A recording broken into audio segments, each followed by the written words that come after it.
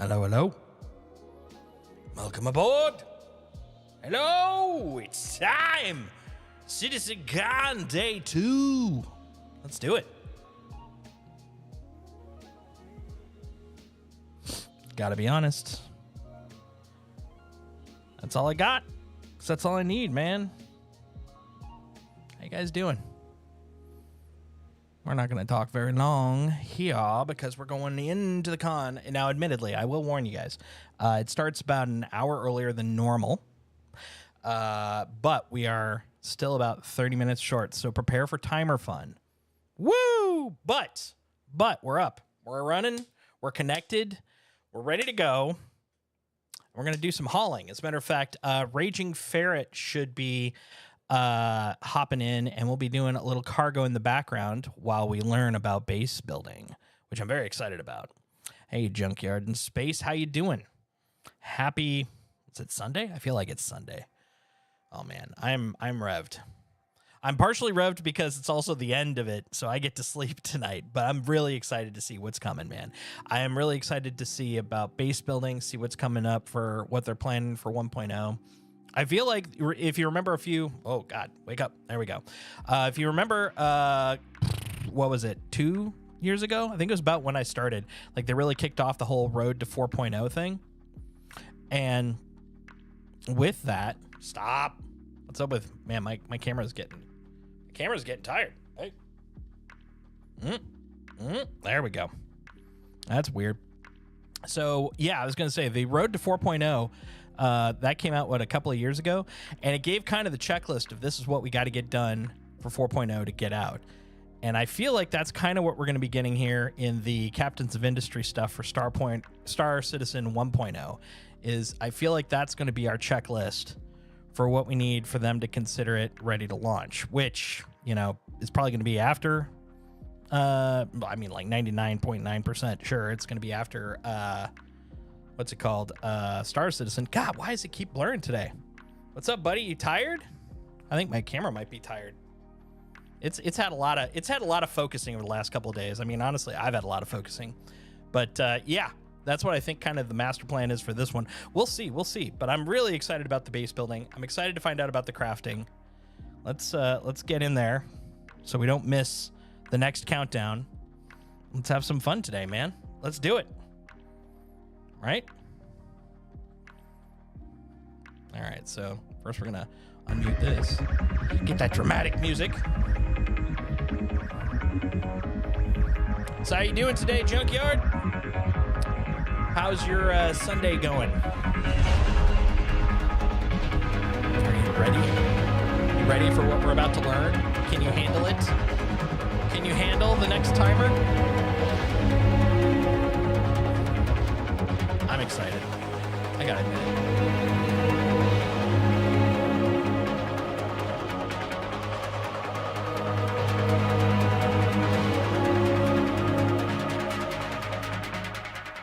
So I've been thinking about it. Was that a bangle? Is that what we've been looking at? Because, I mean, those engines look very bangly.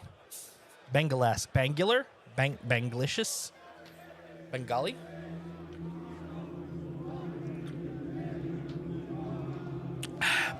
What do you guys think? Hello, everybody. Welcome to the pre-show for Day 2 of CitizenCon. I'm your host, Jared Huckabee, and we're back. We're back here in the UES Barbary, otherwise known as Hall B, otherwise known as Manchester Central, otherwise known, and this is where you're all going to cheer, as CitizenCon! Woo! CitizenCon! Honestly, people ask what the better parts of my job is, and being able to just do some call and response with the crowd is probably it. Watch, I'm going to do it again. At CitizenCon! Woo! That's really quite cool. We are here in the general lounge of the UES Barbary, where I'm going to be sitting for most of today, because if you watched Day 1, I made an ill-fated decision during the pre-show yesterday to attempt physical movement of any kind. Son of a bitch. Generally, I'm against it. If you consider physical movement of any kind past the age of 40, don't. But if you have to do physical movement at any point after the age of 40, my recommendation is to stretch at least once in 14 years. So Mr. Hammy. So yeah, we're here on day 2. Let's go over a little bit of day 1. Day 1, we saw the Brave New Worlds Genesis presentation. It's a fantastic look at all the new planet tech tools that allow us to build planets like the newly revealed Castor Sherman.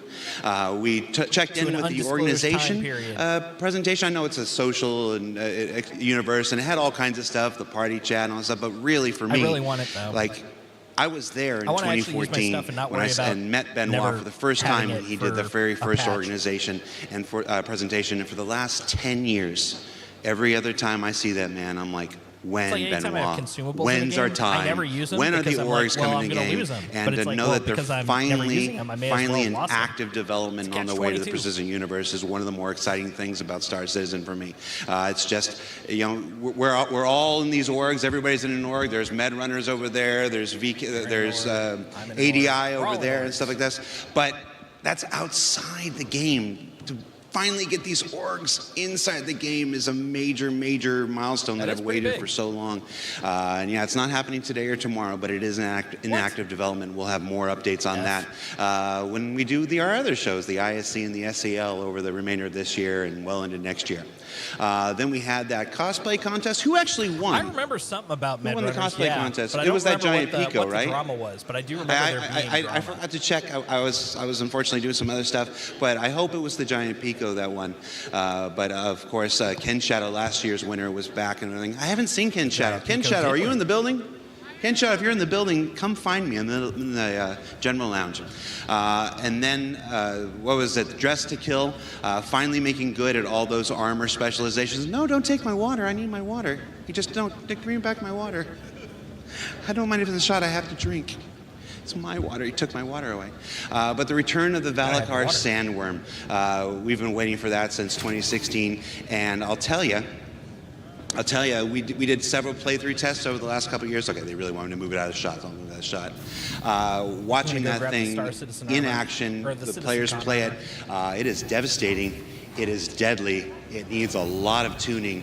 And I'll give you a little BTS. There was one playthrough that we couldn't use any of the footage from because its projectile spit was bright white. Nice. And I want to elaborate on that. You can use your own minds to wonder why we didn't use that.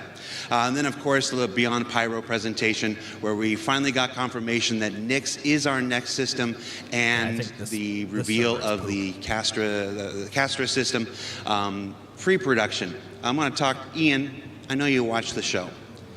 That's pre-production? Are you serious? Yeah, the pre-production did look I've never seen pre-production look quite so good. So yeah, we're all really excited. And then, of course, the Squadron demo. Who saw the Squadron presentation? Oh. Yeah, okay, so I've been with the company for about a decade now. And for the first 9.5 years, I made myself a rule that Squadron I wasn't going to pay any attention to. I never went to the meetings. I didn't let people tell me about it. I wanted to preserve that for myself as a fan. And then several weeks ago, we started playthroughs of that. And I often say we have the same conversations you guys do. We have the same reactions you guys do, just a few weeks early, and that was very much what happened with the Squadron presentation. We'd get these big reviews in the studio, and we gather everybody, so everybody could watch the playthrough on our big screen in the studio, and everybody could take notes about everything that needed to be adjusted and stuff. And it's been a heck of an experience over the last 2 months, really dialing that in and get that down. And despite the crashes that happened yesterday, a full, brand new playthrough is available on YouTube now. Rich Tyrer, I don't know if I'm supposed to share this, but I'm going to share it. Rich Tyrer left here, went straight back to the office, straight back to his computer, fired that thing up, and just played it start to finish, 75 minutes without issue, recorded it, gave it to us, and said, "Get that on YouTube now." So Rich Tyrer, fantastic player. Everybody, a round of applause for Rich Tyrer, please. had to prove that it was working okay. And I'm going to say that Legatus difficulty is no joke. Over the last 2 months when we were doing our weekly reviews, we had lots of players. Shout out to Tommy, who would play during these reviews and stuff. And Rich is an exceptional player at that. Those Vandal who were charging around McLaren were super lethal. And the turret section has full Maelstrom destruction, so a lot of folks who were playing it, the turret would just explode. And yeah, he fell down at the end, but other people would just explode out into space and have to restart. So Rich, you're a decent game director, but you're actually a really good player at that. And you made that Legatus difficulty look easy. So congratulations. So one of the cool aspects of CitizenCon every year is that every time I walk past somebody, it seems like they hand me something. And are like, here, Disco, put this in your pocket. And this is a collection of the things that I've been handed over the last 24 hours. We've got, these are pins from an F-35 ejector seat. It's an F-30. I can't remember if it's an F-35 or an F-18. I know those numbers are not remotely close, but I'm very tired. But these were pins from an ejector seat. We've got a bottle opener. You can never come to a Star Citizen event without somebody handing you a bottle opener. Challenge coins. We talked about challenge coins last year. Atlas Defense Industries. This is one from CitizenCon this year. Different orgs. This was somebody's personal giant challenge bar, I guess. I'm not. These are all metal. These are really nice. And then patches. We love patches. Both Tyler Wicken, shout out to Tyler Wicken. Both Tyler Wicken and I have a huge board in our office where we collect all the different patches that folks give us. We've got Bar Citizen patches from all over the world, including one of my most cherished, a patch from Bar Citizen Iraq, where it was just 4 enlisted servicemen having their own Bar Citizen quite a few years ago. Oh, that's kind of cool. And then there's some curiosities, like the poop like this guy. The poopy pop. The lollipop. I don't know. I asked him what I was supposed to do with this when he handed it to me, and he said, put it in your mouth. I understand that's what a poo lolly is for, but we'll do that after stream. Maybe. And then, of course, shout out to the Med Runners. I'll tell you, Med Runners, one of our favorite orgs in the game, dedicated just to helping other people. I ran into the Med Runners at breakfast this morning. And because I had a long, long, painful walk into the studio, they literally put me in their car and drove me to the event today. So shout out to the Med Runners, helping people in the game, helping people out of the game, doing the kind of things that we love. So, and this was very cool. I don't know what this says. I think this is the manufacturer. I think this is the manufacturer name. This is Gattac or I can't think of the name of the other one right now. And then this weird Copion thing. So how are we doing on time? Oh, the time's not up there. Copion. All right, so one more thing we do before we throw it to Dan and Sam. I wanted to do, back in CitizenCon, our first digital CitizenCon in 2021, I made the mistake of reading online comments after the presentation during the show. And there's nothing I like more than repeating the same mistakes of the past. So our lovely social media team, shout out to Galactica and Mickey, put up a thread asking for your comments about day 1 of CitizenCon, and let's go through and see some of what people said. Citizen of the Verse said, Castra, my new home. A lovely picture of Castra there. We've got Serious Fun says he loved the PU, that the PU got clarity on its next 2 systems, and that the visual fidelity of Squadron 42 is off the charts. Oh, and that Zeus bomber jacket. I'm not wearing mine today. Who's got that Zeus bomber jacket on? Somebody come over here. This thing is amazing. I want to shout out 2 members of our marketing and merchandise team, Mandy and Kat, who led the charge to get the coolest jacket we've ever made, based on an authentic M1A jacket. What would be my shirt? Mandy and Kat. If you see them over at the merch booth, tell them Jared sent you, and tell them how much you appreciate their work on this. They're responsible for all the merch at this year's CitizenCon, and I've been to 10 of these things, and I feel like this is the best merch we've had. I'm wearing the new blackout hoodie today, and this is a really great material. This is comfortable. This is going to become a new daily driver here. Okay, that's enough shilling for the merchandise. Rick Rate says his favorite thing was the worm and Sherman and this handsome guy, and there's a gif of Henry Cavill, there at the beginning of our Squadron 42 demo. Let's see.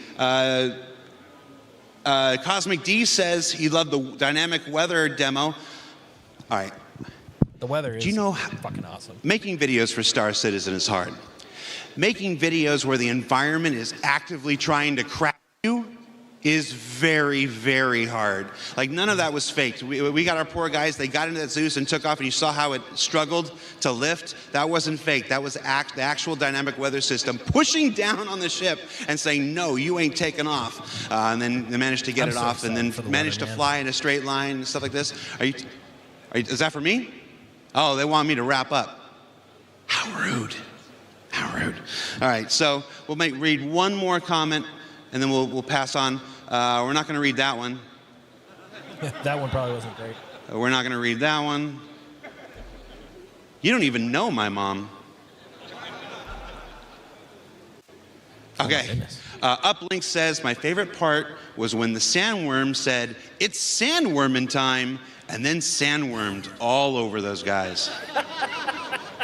Okay, that was. We remember it exactly the same, Uplinks. All right, so that does it for me. I'm going to throw it to Dan and Sam, who I believe are over at the Sim Pits, and see what kind of hijinks they're getting into. Guys? Hi, everyone. Welcome back to CitizenCon Day 2. CitizenCon. I'm Sam, and if you didn't meet me yesterday, I kind of do some voices and stuff. I also flew a carg. But I am supposed to be here with Dan, and for some reason he's not popping up like he did yesterday. Hang on. I think I can smell incompetence. Oh, Dan, there you are.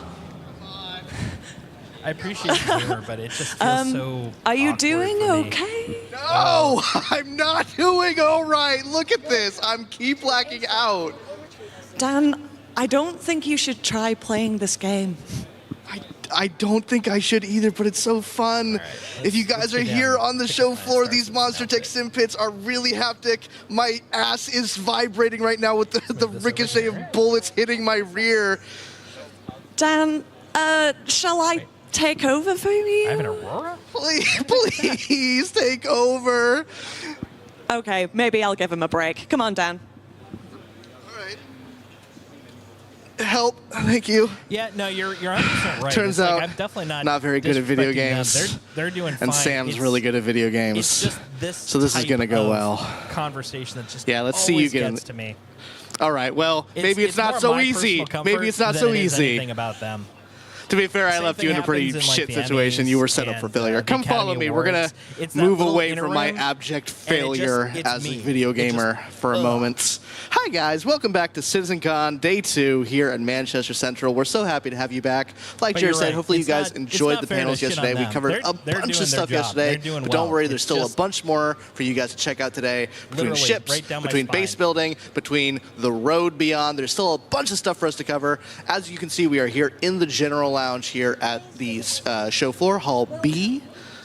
Here at CitizenCon, let's take a look. As you can see, we have our lovely Hornet. We have our players just chilling out, maxing, relaxing, all cool, shooting some saddle ball outside of school.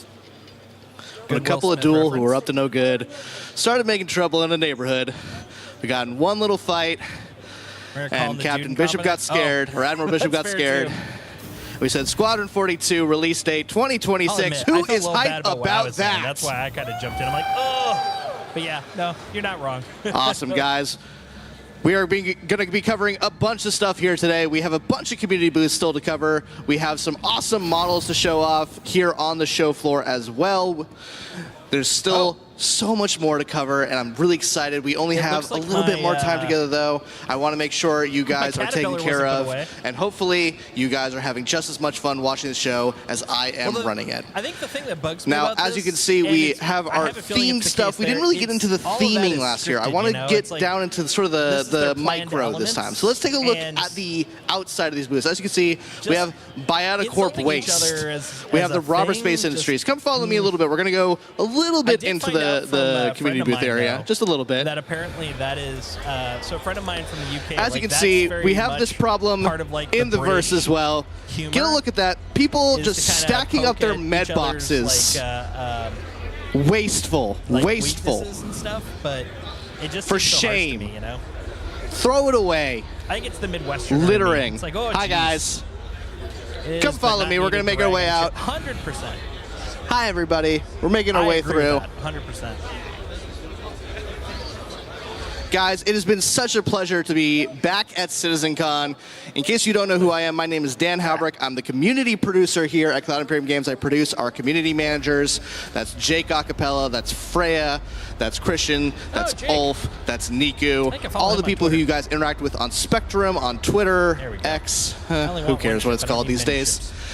I help produce those guys and make sure they're giving you guys the up-to-date information, chatting with y'all, and it's been such a pleasure getting to actually get to know you guys as well. You guys have been so amazing here at CitizenCon this year.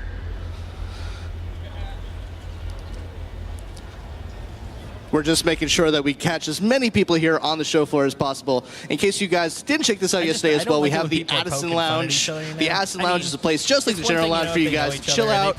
Make sure you guys are getting a drink. If you guys have a VIP ticket, you guys have special access to bar and refreshments here as well. You guys don't have to wait in the long line. Make sure you guys are checking that out as well. Tickets personally when it's two guys. Yui, that's true. Thank you for your service. We have that huge United Empire of Earth timeline as well, going all the way back to 2137 to the pretty near recent future of 2950. It's only 4 years ago based on our in-lore world. And I think that's pretty much it. I mean, obviously we have the Hornet. We've covered that to death, so I'm not going to cover it, but it still looks pretty cool. Now, I think we're ready to throw over to our first presentation, so I'm going to throw it back over to Jared. We'll see you guys later for some more community booth stuff. I'll see you guys later. Thanks for watching. Anybody that makes fun of like physical appearance, guy or girl, that's a button for me. I think because I've always been a big guy, so now I'm just hydrating on camera. Hits me. Just, but that's literally. He's just doing his job. We are backstage now. This is an area that we don't usually get to see at CitizenCon. This is the backstage area where the nerve center of the entire live stage show here. These are the folks who are working tirelessly to make sure that all the right slides go on screen, all the right videos play, all the right sounds play. Hey everybody, how you doing? I like that you can see it from space. That's pretty cool. As you can see, they're very, very focused. You excited to be here? Or do I need to go to Hurston first? Let's fly to Hurston, I guess. Consummate professionals dedicated to doing their job. Like, hey, how am I doing? Station, you have to go to the planet to go to any sort of other markers, which is kind of weird. My mom likes what I do. It is what it is. All right, so guys, that's it for the pre-show. We're about, what time is it? How much time we got? We're about, got 10 minutes, that's not even my clock. We're about 10 minutes away from this proper start of day 2. So we're going to take a break here. This is your last chance to get a snack, get a drink, go to the bathroom, kiss your loved ones goodbye for the next 4 to 5 hours as we present day 2 of CitizenCon. It's a different beast. Yesterday was the universe that we create. Today is dedicated entirely to the destiny that you're going to build. So stay tuned. You're not going to want to miss it, and I'm really, really excited about today. So thanks for watching. We'll see you in about 10 minutes, everybody. There, you know?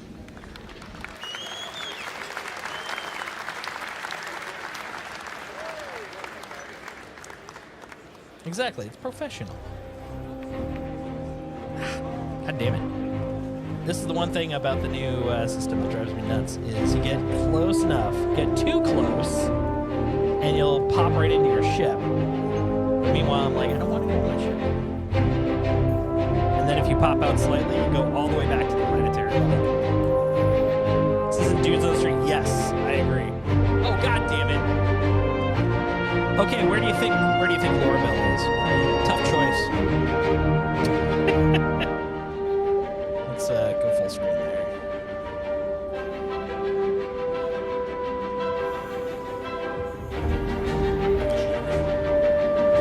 Yeah, so we're going to be doing a little bit of cargo today in the background while we enjoy. And pretty soon-ish, Raging Ferret should be on, and he's going to be streaming on his side. We're going to both be doing a little bit of cargo, something to kind of keep us us distracted when we're not watching actual panels and things. I think that's the first time I've been in the Aegis ship since the OFDs. It looks clean, looks nice. Fast food joint. Yeah, exactly. I'd just be like, yeah, they're just fucking around. You know, if they're teasing each other at that point, it's like, yeah, whatever. But it's like, we don't know their backstory. Like, is it supposed to be funny? It just seems mean, you know? Even if it is scripted. I'm pretty sure it's scripted. But even that, it's just like...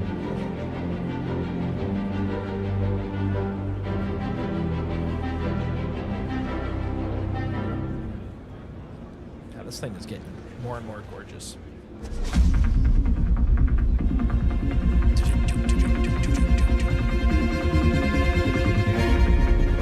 Just harsh humor. Yeah, no, that's true. That's a valid way to put it. 100%.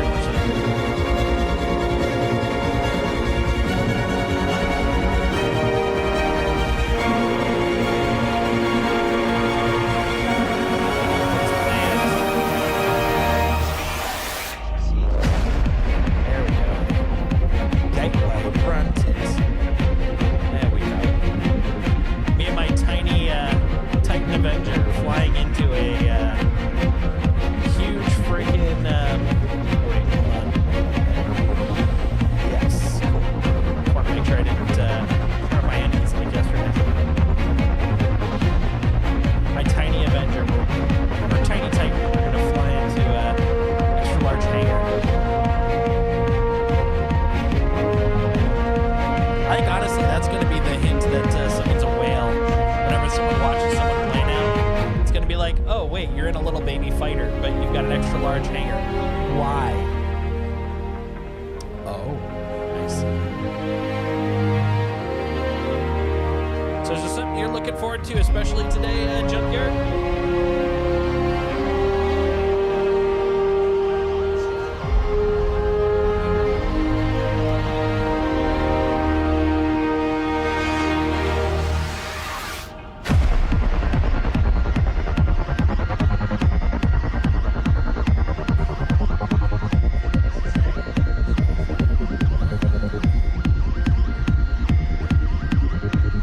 Exit the hell out of that shit.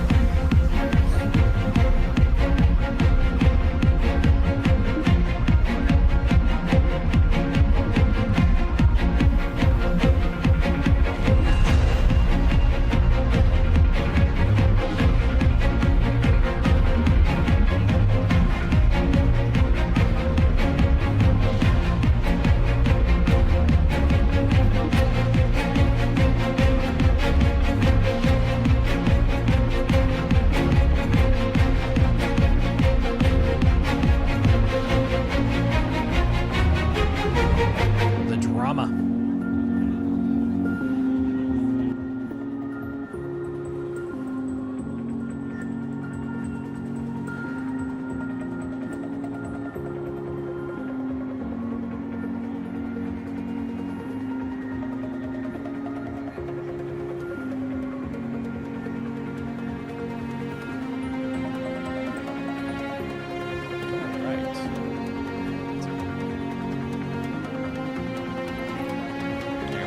All right.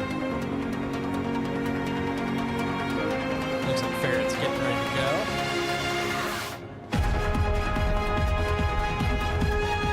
Looks like we're pretty close ourselves. 5 minutes, man. 5 minutes.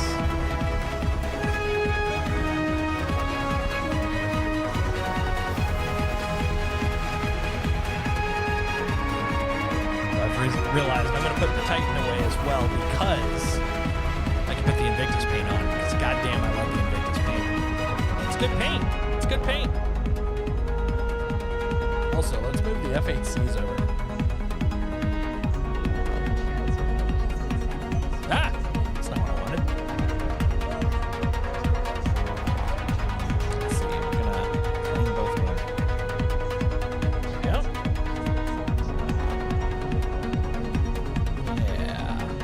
Yeah.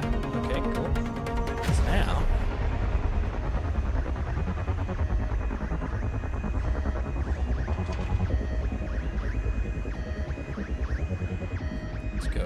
some new equipment. Let's see if I can find it. Armor, right? Pretty sure it's armor. Calico? Was that it? No, it wasn't the Calico, was it? Damned if I can remember. Odyssey 2. What was the Star Citizen digital pack armor? I'm trying to remember the name of it. Actually,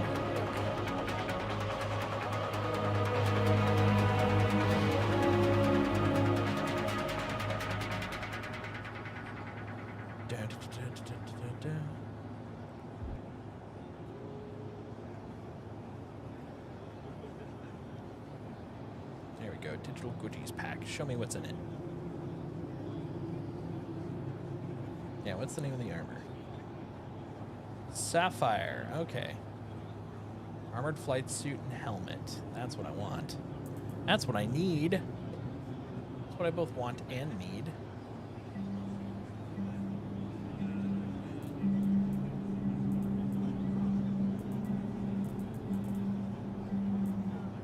Let's see if I can find it. Purple. Purple is like sapphire, but it's not literally called sapphire. Yeah, we need the search filter. They are adding the search filter to this update, you know, to the... Since they're not using the item banks right now, they are going to add the search filter to this, but it ain't here yet. Undersuit pink. Undersuit violet. I got a lot of spare crap. You know?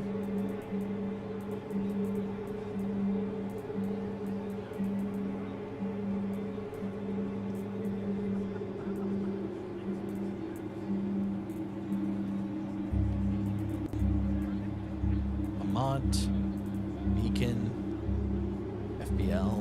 Come on, man. Give me my fancy ass Star Citizen suit. Oh, you know what? I'm a dum-dum. I could just custom beyond that. I'll just do undersuits.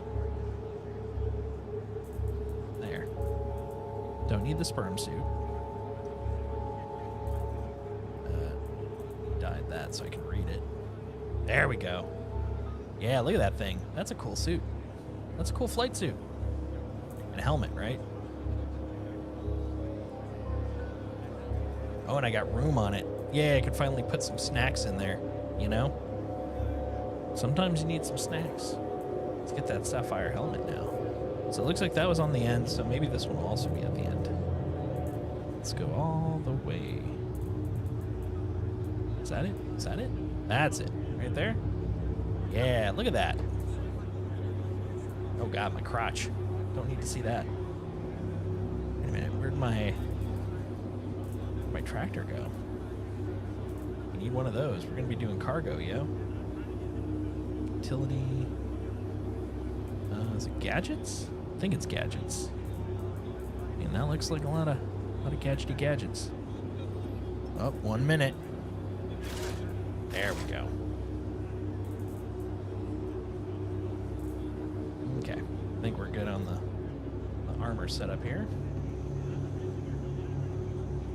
Welcome to the ASOC vehicle retrieval system. And then, oh wait, that's right. Now, gotta get the right livery on for my Atlas. Ladies and gentlemen, Adventure. Oh, here we go. please welcome to the stage, master of the self-performed introduction, and Mama Huckabee's second favorite son, Jared Huckabee! Second favorite. Yeah, that's something to be proud of, I suppose. Hello, CitizenCon!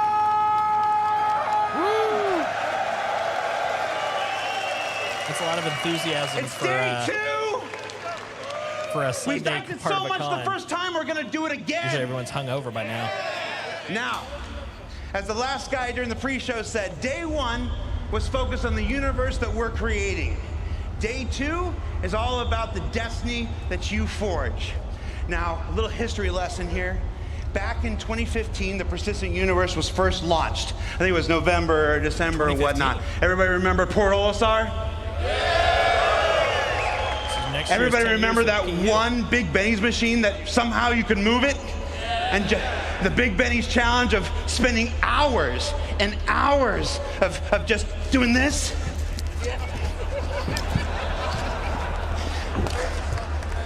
I think he's back on the coke. Trying to get that thing upstairs, downstairs, back into the hab. Shout out to Bad News Baron if you're watching.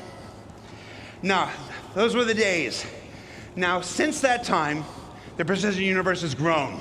It's expanded. 3.0 arrived, and it had a whole bunch of new planets and moons and stuff like this. We've got Microtech, we've got Hurston, we've got Area 18, and what's the last one? We got Lorville. If you live with the developers, they still call them Stanton 1, Stanton 2, Stanton 3, so it's hard getting the two realities to reconcile in your head. But since this time, you've all been visitors. You've logged in, and you've done your thing, you've gone on adventures, you've fought some Xeno threat, you've mined some barrel, apparently a whole lot of barrel, if we're looking at that trivia from yesterday. But this entire time, you've been visitors. Starting next year, you stake a claim in the Persistent Universe. Woo! I want my home. Starting next year, the Persistent Universe truly becomes yours. Nice. And we have got a handful of gentlemen to tell you how they're going to do it, how you're going to do it, and how amazing it's all going to be. So please welcome to this stage Design Director for Star Citizen and Squadron 42, one of my dear friends, one of my DMs. Hey, when are we playing again? That's not a good look. All right, please welcome to the stage Design Director Rick Porter.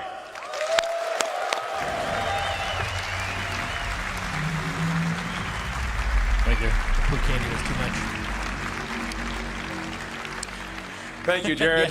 Not that Thank part you, of Persistent. CitizenCon. It is an honor to be here. It's coming, though. It's Yesterday, we presented the verse that we're creating for you. We shared new tech, locations, creatures, giant worm, social features, things we're doing with orgs. We even played the first chapter of Squadron 42 live. How great was that? Yeah? A few minor glitches, but nothing we can't sort out. So today, we've got something just as exciting to talk about. But instead of focusing on what we're creating for you, we want to show you the world that you can build. With crafting, we're going to give you the tools to create your own loot, to build your own home. Excellent. Crafting will fundamentally change not only how you play the game, but why you play the game. So, what is crafting? Why does it matter? Why should you be as excited as I am about this? Well, first off, crafting is a profession. It requires its own set of tools, the knowledge of how to use them. Crafting offers progression.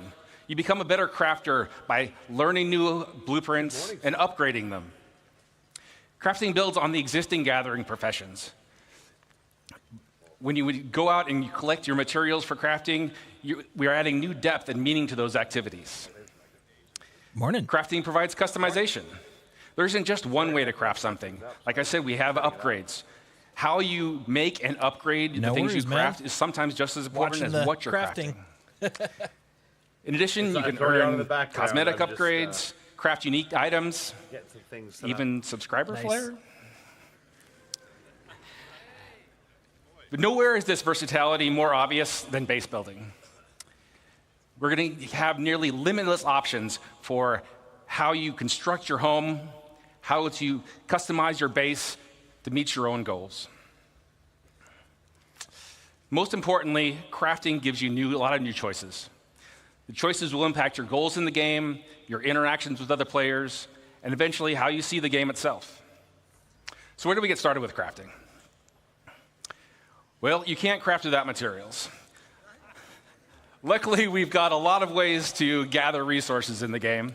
I wouldn't mind living in one of those crafting is designed to complement and expand on all of these existing gathering professions, as well as future additions.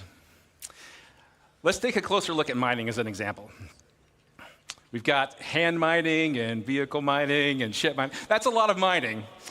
But with crafting, we're going to introduce a lot of materials. So there's not just more to mine, but we're also going to specialize. So for instance, each type of mining will have its own unique materials to gather. Gathering specific materials efficiently will require you to use the right gathering profession. Let's talk about refining.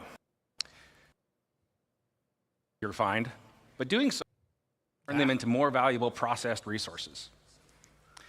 With crafting, we're going to expand refining to include options for all raw materials. Excellent. In addition to expanding the variety of materials you can gather, refining lets you create process materials that you're going to need to craft your upgraded blueprints. So now that you've gathered all these materials, what do you do with them? Currently, your only options in the game really are to sell them to a shop or maybe complete a contract. Adding crafting into the game radically changes your options. You can still mine, refine, and sell your resources, but now you have the option to make valuable and unique items, weapons, armor, even vehicles and ships. Right? I'm on board.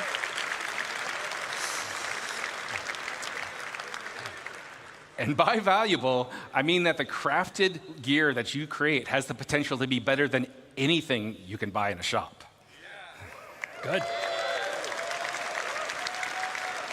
That's all I want, man. But crafting just doesn't end with shiny new gear. Think much bigger. Crafting enables you to build your own home among the stars. That's what everybody wants. Even if it's inside a redwood tree.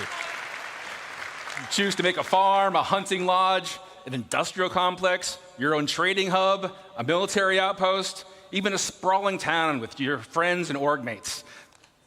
Friend town. Got a lot here, but it's all optional. You can choose to focus on gathering resources and sell them to crafters that need them. You can skip gathering and refining and just focus on being the best crafter you can be. Or you can leave all that gathering and crafting nonsense to other people and just focus on trade and make some money. But that brings me to my last point. Player choice matters. When a player makes a choice, they assign value. Players' choices about crafting and base building will drive player trade. Excellent. The community's choices will determine the value of the materials and the crafted goods you can all make. The game will still have its own shops and economy alongside players, but now you'll have more options about where you invest and how you prosper. Now, I've given you a nice overview of what we're working on here, and we have a lot more planned for the future. But now that you're familiar with the big picture, I want to introduce some of my fellow developers to come up on stage. They've got exciting details to share with you about the specifics of our new crafting systems, important gameplay improvements, and most exciting, I think anyway, an update to base building.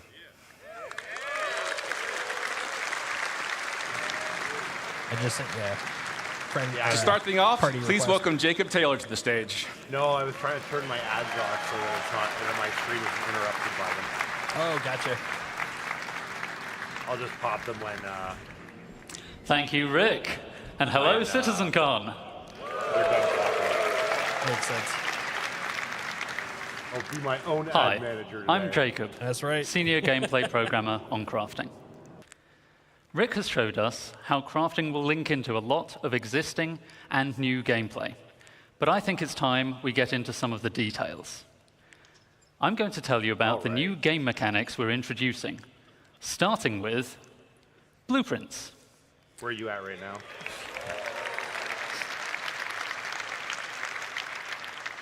I'm over in Everest. Before you can craft anything, you'll need a blueprint. Blueprints provide the recipe to perform all kinds of crafting processes, including refining. Yeah, Sarah. You can acquire blueprints through various activities. Some you can buy, some you can find, and some can be unlocked or earned in other ways. You can also upgrade your blueprints through research. We'll go into more detail about what this means a bit later. So, blueprints are the recipe, and Rick already told us the materials you gather and refine will be the ingredients. But there's a bit more to it than that.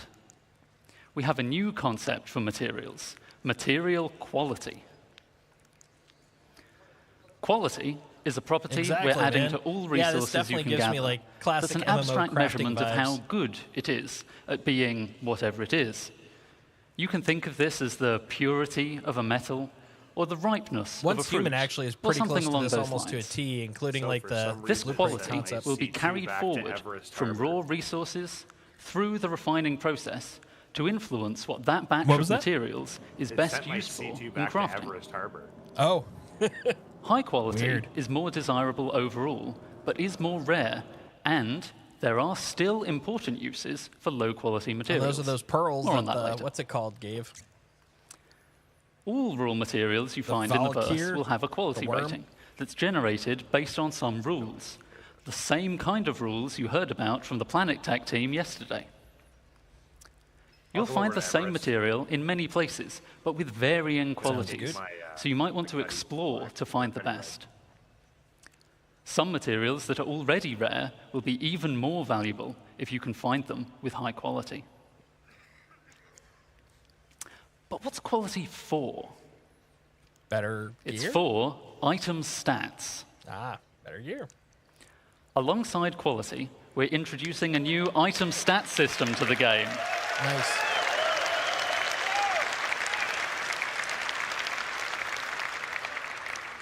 This will allow relevant properties of craftable items to be affected by the quality of kinda materials cool. used to craft them. For resources, just a single quality rating I wanna is make a sufficient to provide pulse pistol. variation. But craftable items have such diverse purposes that we need a more detailed system to provide both progression and customization options. We aim to have meaningful item stats for all craftable items, but some examples would be the damage and fire rate of a gun, the wear resistance of a ship component, or Got even my RSI the shirt on satiation this morning. provided by eating a hot dog. We can make hot dogs. Excellent. That's all I needed. I'm ready. So, as I said, the quality of materials will directly affect the item stats, such that higher quality results in better stats.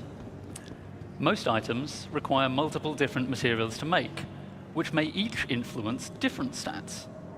And You're in gonna breed many 'em to be cases, you'll have a beasts of choice of destruction materials junkyard? to use, which lets you decide Oh, which yeah, stats your- to focus on to tailor little your items pet to armada? your playstyle. I'm opening a hot dog cart. Here we Hell see yeah. I'm making a gun with high-quality aluminium, giving me a nice bonus to Open integrity it on and our weight. BMMs. But someone sold me low-quality copper, so I don't Hell get as yeah. much fire rate bonus Who as knows I how could these have. noodles on the VMMs? To go Mine's even just gonna be a further, giant food court. researching your fabrication blueprints allows You you, bring to the build food higher court, I'll bring the tiers weapons. of an item There you go. with improved base stats.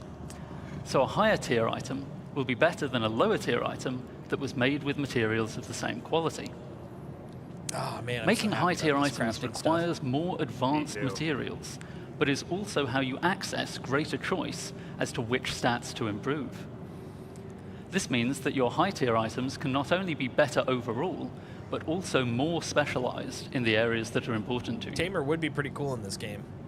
Most Seems like it'd items fit, too, will have tiers 100%. 1 to 3, with tier 1 being the most basic version of the item, and tier 3 being a highly advanced version made with appropriately impressive materials.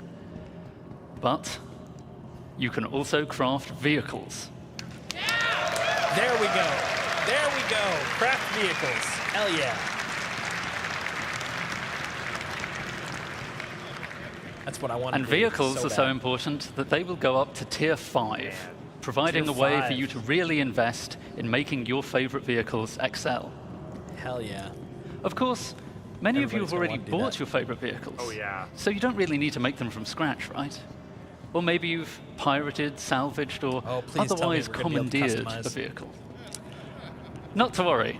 You can still benefit from crafting by using an good. upgrade blueprint to increase the tier of an existing vehicle, I can upgrade my own including vehicles. Hell yeah. LTI plus upgrades done. including the usual stat improvements and customization. Upgrading a vehicle can you save a watching from lot of Twitch or time YouTube? over crafting it from YouTube. scratch, so it's a convenient way for established vehicle owners They had to bring the problems with Twitch benefits last of time, item but also I stats to just their like the fleet. quality of YouTube's. Let's take a look in-game at the difference it makes to have high-tier equipment made from high-quality materials. Yes, please. See how the recoil is reduced on our high-tier gun. Yeah. The spooling is faster on a high-tier quantum drive. That's what I want. Oh, the spooling on the drive got everybody.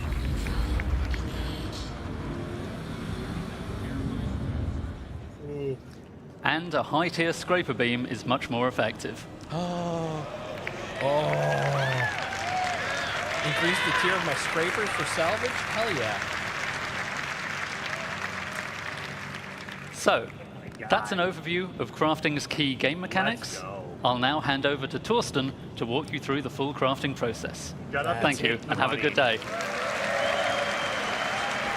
This is exactly what I wanted in this game. This is great. Everyone's now screaming pay to win in the chat. Of course. Thank you, Jacob. Hi. I don't know how that's I'm pay to Torsten, win. Yeah, lead it's literally system the opposite. designer It's play to of the win. You have to CTP play to system do it. design team. Someone's in prep to win. We now saw all elements of crafting looked at individually. Let's bring them in order how you, as the player, will experience the crafting Someone said profession. tier 5 javelin. You will start with acquiring the Yeah, that's correct gonna be blueprints badass, dude. as the first step Yeah. in the crafting process. As Jacob The fact already we can mentioned, craft a javelin blueprints theoretically. can be acquired in multiple my ways. God.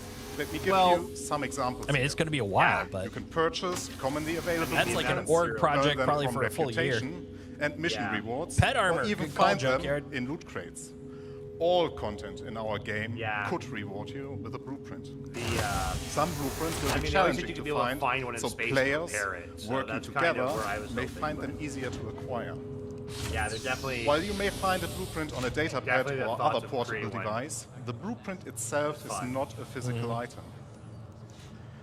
You don't collect them in a box or stack them on a bookshelf. Blueprints are digital.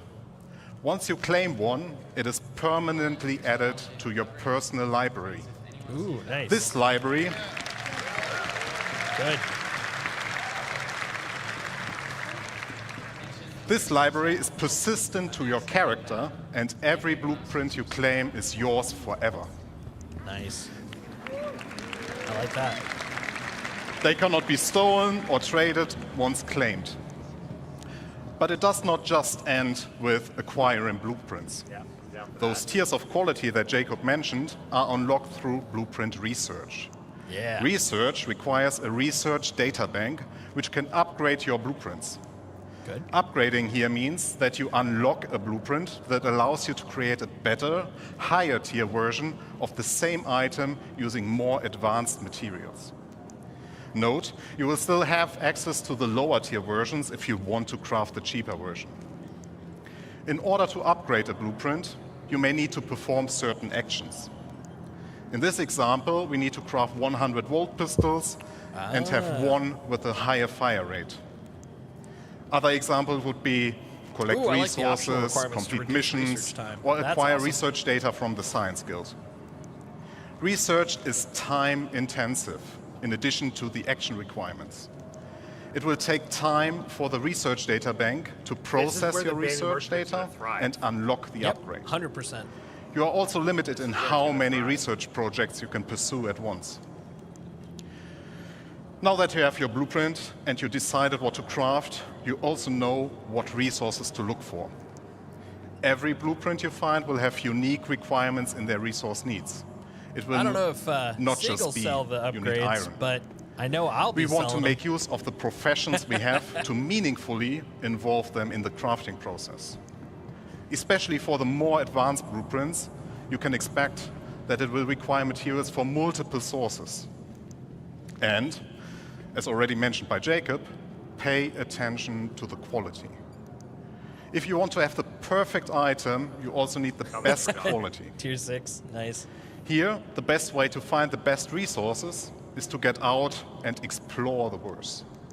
If you want to find the best hidden materials, then you get yourself a top quality radar. Once you collected the raw materials, the next step is refining them. Refining, like crafting, requires blueprints. Refining blueprints take primary, secondary, Might and actually have a catalyst use for materials refinement centers and again. produce refined materials. The rule Or is building very your own. simple. Exactly. The quality of the primary raw material defines the quality of the refined material. You're not wrong, Junkyard. The secondary Release the material you put Arastra. in has an impact on the quantity and the time the refining process will take. I'm just waiting for An Doc. optional catalyst can speed up the process further. Oh, Let me give you a simple example.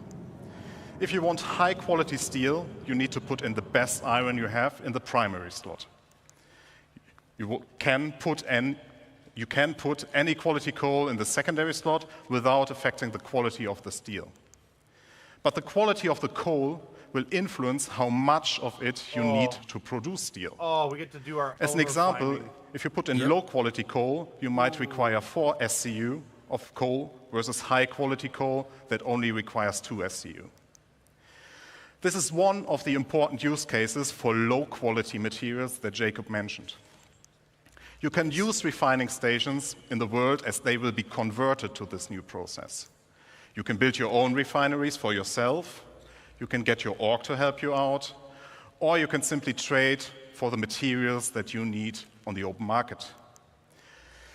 Now, we are reaching the final step. You've got the blueprints, you gathered I wouldn't be resources, surprised and if you could do that on your refined own materials. claim. Like if you pick a spot Now you that's can create the resource item rich, you want. put a harvester on And your own claim. this item can be You should look anything. out the window. You will be able to craft anything from FPS equipment to vehicle components, even entire vehicles and buildings. You just need access to the relevant crafting machine.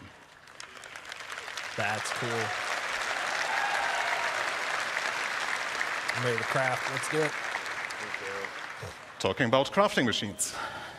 We will have a variety for you that differ in what go to one of the public process they pads. can support, like have a a spacesuit refinery or a dedicated vehicle crafting machine. Come land You and will get also one. find them in various places. Oh, there we go. There will be One. communal ones like the station refineries you already know, Great. player-owned that can be in your personal hangar, a vehicle, or your base. As all that we have talked about just now, these crafting machines also come in tiers. Here, the tiers will affect how well those machines do their job. You will not only progress in the products you produce, but also in the infrastructure to produce your wares. Just to give you an idea what you will encounter, here are some examples of the crafting I'm machines. at one of the pads. I'm at pad There's- one. There is the nutrition fabricator, the chemical fabricator, an item fabricator, and I'm actually in a even hangar, fabricators of a much larger gotcha. scale we All will right. talk about later.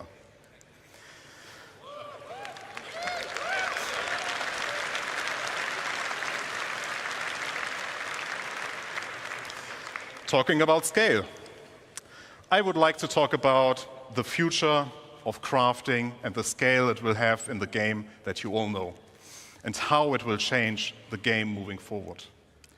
As you all know, we have a lot of items in Oh, the that could have game, been a and they ship all fabricator require in the their own background. unique Good point. blueprints. That means our aim is to have more than 1,000 blueprints that include the creation and the refining blueprints. And each of those can be researched to unlock tier upgrades take this up to tier 3 or tier 5. That's wanna do? a lot of What are we doing? blueprints. And it will surely take a lot of time to Grab unlock some, everything. cargo. Let's So cargo I, it. personally, recommend that you, as the crafter you are, focus on a Did you ever get the specific medium field yet or no? first No, not yet. and extend your knowledge from there. Collaborate and coordinate with your friends and fellow players. If you are part of a group, we invite you to share responsibilities with your org mates. Maybe you will be the FPS crafter while your friend is a ship crafter, but they know a ship component crafter specialist. There's a lot of content, and it will continue to grow over time. You are free to be a generalist crafter, a specialist, or something in between. Nice. Pick the blueprints you care about and be the best. Be the Have an best. exotic shield generator that no one else has the blueprint for but you. Help others and earn credits while doing so. It is a real profession in the game that will benefit from your dedication and attention. As you can tell, crafting will have a huge impact on everything in the game.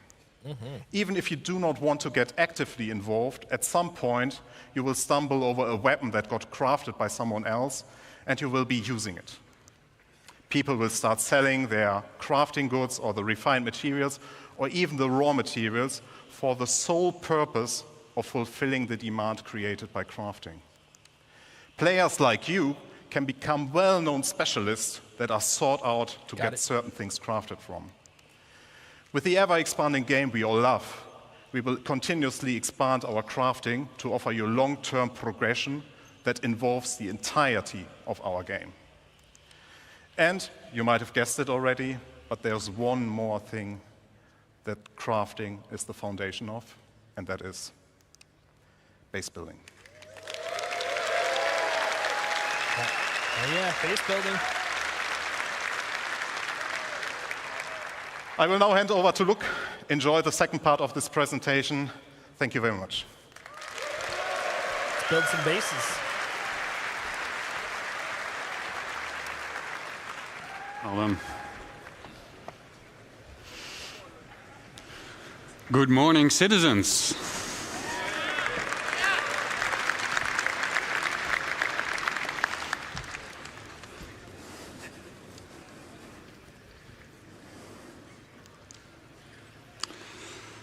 Who's excited to start talking about this next topic?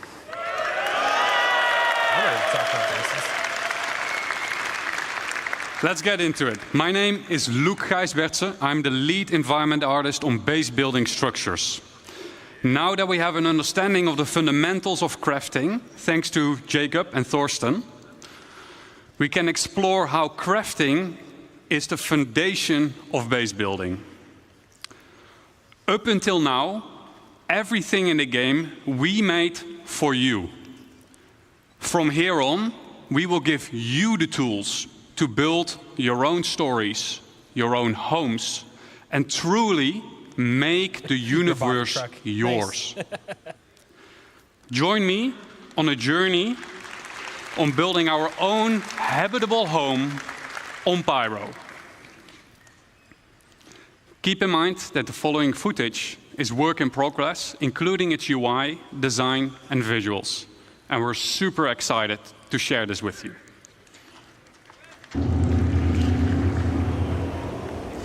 We found a beautiful location by a lake. This is where we build ourselves a home. To do so, we need some resources and the construction graph card. Oh, dude, look at that thing. The construction graph card allows us to survey the land, claim the land in a lawful system, and it allows us to build structures. As we've already found the location and don't need to claim land in Lawless Pyro, we can straight dive into building our base. Keep in mind, the following UI is work in progress.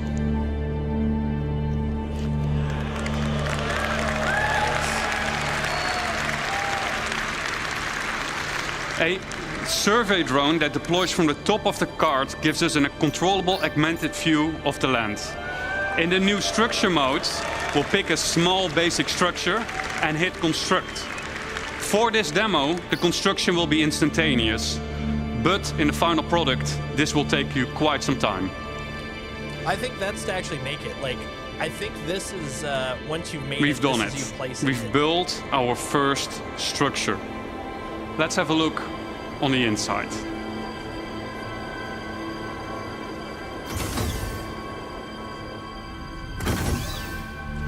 As we walk into the small basic structure, we see an empty interior that is dimly lit. It's up to us to define what we will use this space for. In our case, we will want to make it into a home. We can see that the lights are still off, and that is a problem, because no lights means no atmosphere, no breathable atmosphere. So it's not ideal to live in. So how do we solve this issue? We can improve this by providing the building with power. Let's see if we can build something that helps us out. But before we dive into more building, let's take a quick moment to enjoy the freedom that the survey drone provides us with and admire the aesthetics of our first structure. And I wonder what Declan was up doing there. I'll admit though, whatever the Keep in answer mind is to that base Pioneer building is thing, still work that in might affect progress, my but what you're IAE seeing this right now year. has So I was been thinking about recorded getting one. directly in the client and works seamlessly between first person and the building mode. Okay, enough. Back to base building. In the list of new structures, we see a small fuel generator. That is something that could solve our problem, I think. Power providing structures need to be hooked up to other buildings inside construction ER mode, but we'll explain this later. The fuel generator is one of several structures that provides power, each with their own benefit and drawbacks. Fuel power is quick and easy to build, but it requires a constant supply of fuel besides its regular maintenance. If a structure is not maintained, it will halt its activity. Players will need to maintain fuses to keep the building operational. The better crafted fuse, the longer it lasts. This is where the fuse goes on this building. Next up, we have a terminal that gives us access to the status of our building. Right? And Or Vulture more Fuse importantly, we get to activate it here. Yeah, that is pretty cool. That should do it. Let's see if we got power in the building now. Okay, so power's on. As you notice, some of the crates in the background have disappeared, as their content has been consumed during the construction process of the buildings. And it looks like Declan is now hooking up the power to the building. I wonder what he was up to earlier, though. You're right, Garrett. So these are Wow, prefabs. Declan has been building busy now. decorating the place. As we So can what will see, we be the using lights are the now properly Pioneer? working. We got atmosphere, and we can start to Pioneer will use the build item Buffalo fabricator now that there is power.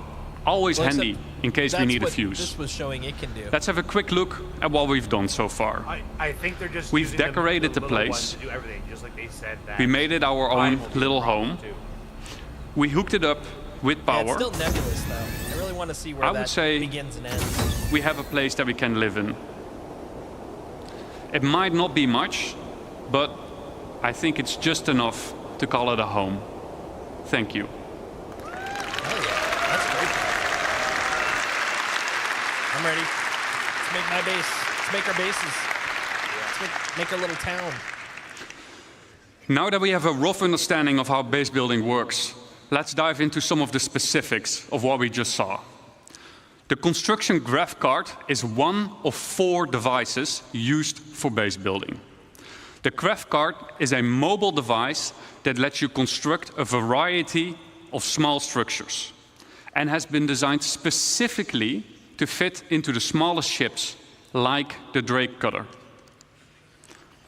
The graph card allows us to survey the land, to find a good location, to claim the land with credits when we're all in a lawful system like Stanton, and most importantly, it lets us build structures. To use the graph card, we will first need to deploy it.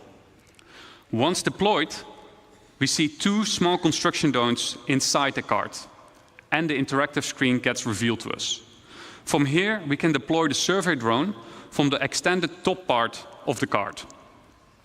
This survey drone gives us a bird's eye view of the surrounding area using augmented reality mode, ER mode for short. Let's have a look at some UI concepts of how this augmented reality mode will look like. Here's a concept of construction ER. From here, we get a more detailed view of the land. Where can and can't I settle? For an example, inside a nature reserve, construction will be prohibited. Are nearby areas flat enough to place my structures on? Are there any underground extraction deposits nearby? And if so, what are their quality and We can land quantity? at one of the wing spots. Let's say we found a good place to start building our base. Then next up, we need to find a good place for our first structure. On the left-hand side, we can see that we're now in structure creation mode. Underneath that, there is a list of structures that we can build. Once you have chosen a structure, you'll drag it onto the terrain that will be shown then as a physicalized hologram. From here, you can move and rotate to find the perfect position for your structure. Now that we have chosen a position for our structure, we will need to supply it with crafting materials. Just like the crafting interface that we saw earlier, this is where you choose the materials, and the better materials you choose will result in a better structure. There's a bunch of little side Once you're ready, pads. we'll hit the craft button on the right bottom to send the construction drones printing to the buildings. The automated construction drones will take off from the construction graph card and fly to nearby resources to fill their internal storage and then fly over to the construction site to print the building until their internal storage has been depleted. The construction drone then repeats the loop by filling its internal storage again by nearby resources. Husbandry stuff, Printing type buildings stuff. will take some time. Keep the construction supplied so that you don't delay the process any further. Let's say our building did just finish printing. Oh my God, I don't feel Then this what? bad. Then we need power. We need to power the building. All structures will have an unpowered and a powered state that we can manage inside the resource manager. All right. To provide structures with power, we can easily link generators to structures that need power in the resource management menu within Construction ER. We can also link multiple buildings together. And we can assess the power consumption and shortage of, inside this resource management screen. Keep in mind that operational structures, like power generators, require maintenance of their fuses and sometimes need supplies coming in and going out to be managed. Now that we have a structure and power, what can we do next? Then we can actually upgrade our structure. Structures can be upgraded from tier 1 till tier 3. The better material you provide, the better the improvement will be. Just like Jacob and Thorsten explained in the crafting presentation. Tier upgrades can, for example, improve the structural integrity of the building or make its resource consumption more efficient. To really make your base feel like home, you will want to decorate your base with a wide variety of furniture pieces that can be bought, crafted, and found in the universe. It's up to you to define what you want this space to be. Do you want to decorate it as a hospital? Do you want to make it into a workshop? Do you want to make it into a luxurious bedroom? It's up to you. Furniture can easily be placed and moved using decorative ER mode as a hologram. This is so your furniture can easily fit through doors. This feature is accessible through nearby construction devices, allowing you to place down furniture pieces or even crafting machines that otherwise wouldn't fit through the door. And you get to place them directly from your local inventory. The less trusted among you, or anyone settling in Pyro for that matter, may want to mag-lock their furniture into place so that only you and your friends get to rearrange your decorations. And best of all, decorative ER is not exclusive to base building and can also be used for personal hangars and ships.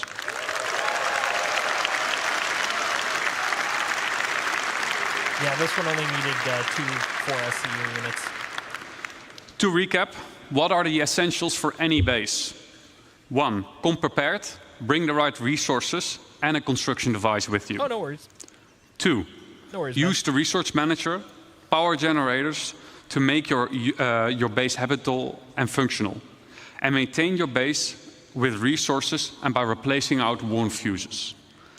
And 3, personalize your base, personal hangar and ship with decorative ER. And there we have it, our home in Pyro. Now that we have an understanding of the basics of base building, we'll explore how you can go and make more than just a home.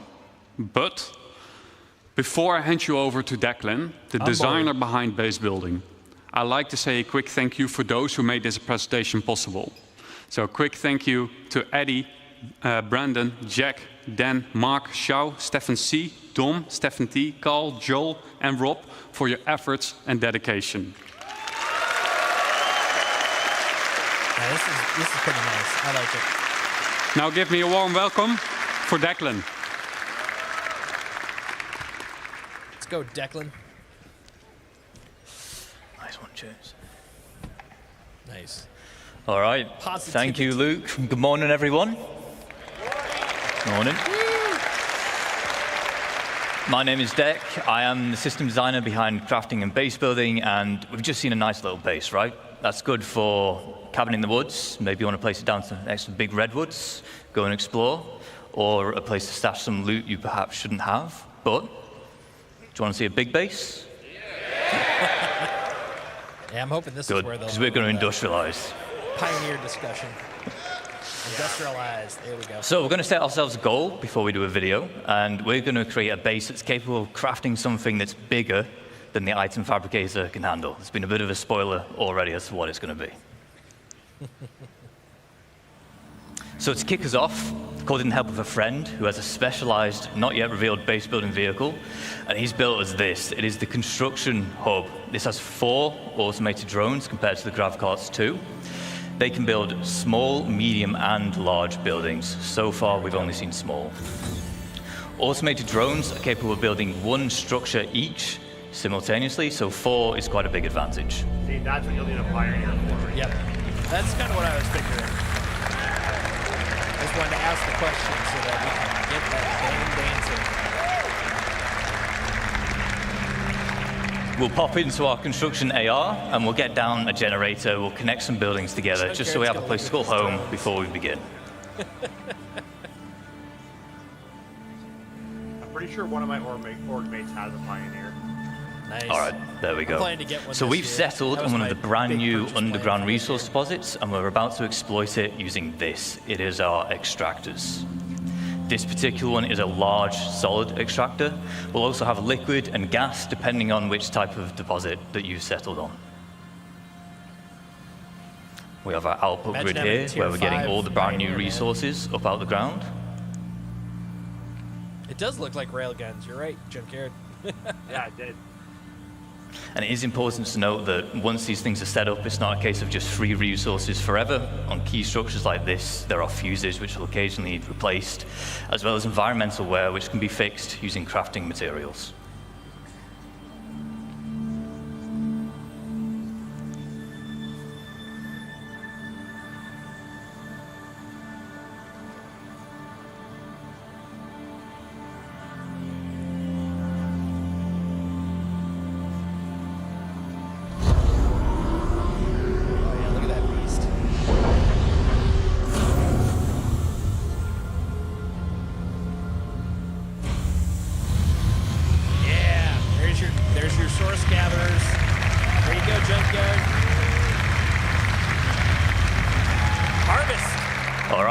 We want to turn those raw resources into the more valuable refined materials. We saw the process talked about earlier with Thorsten.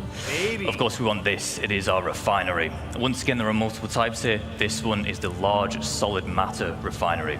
We have liquid and gas again, as well as biological, depending on the type of materials that you're using and want to produce.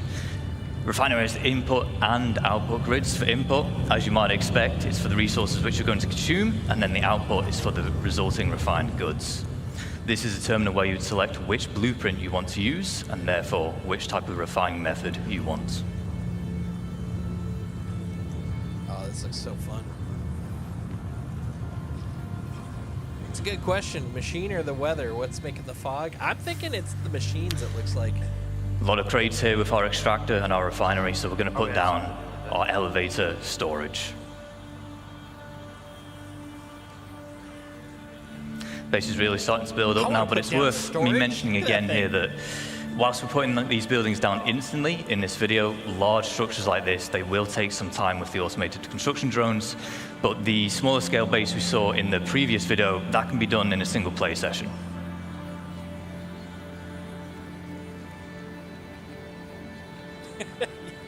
Junkyard wants to make Lorville 2 the Lorvillening. Everyone has to wear air quality masks.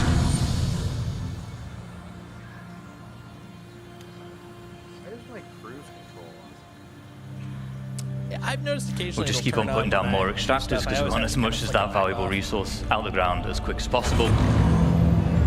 And with base building, we're introducing the concept of a freight elevator network.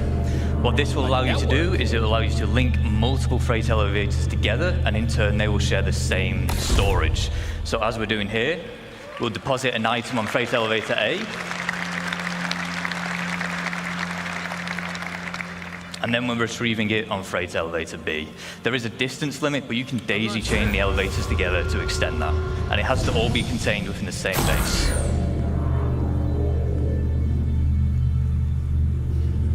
I like that. So you can have people working on different parts of the facility. You can just be like, here, I'll send it over to you. Now, as we expand, we might want to invite more people to join us.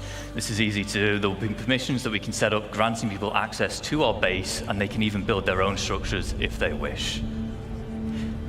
We can also give them access to existing structures, which is how you can form your org storage using those freight elevators. Nice. Org storage is freight elevators. I like it.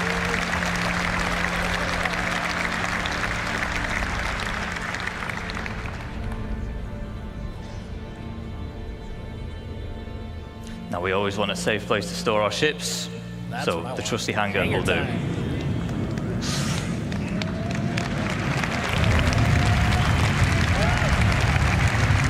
Honestly, I think that's what everyone was waiting for.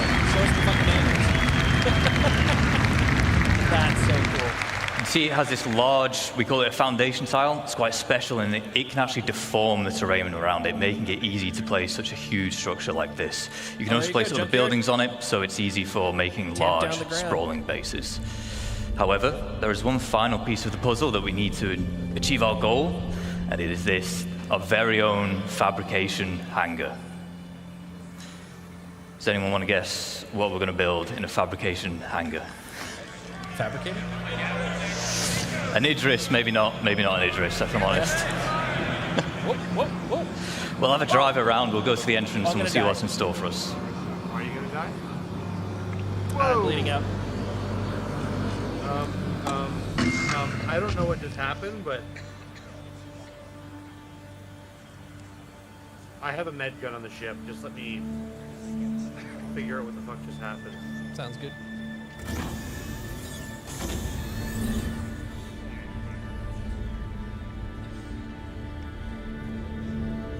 Are you on the ship still? No, I'm on the ground. It Looks tossed me like from whatever it, it is, and it's I fell. just about finished crafting.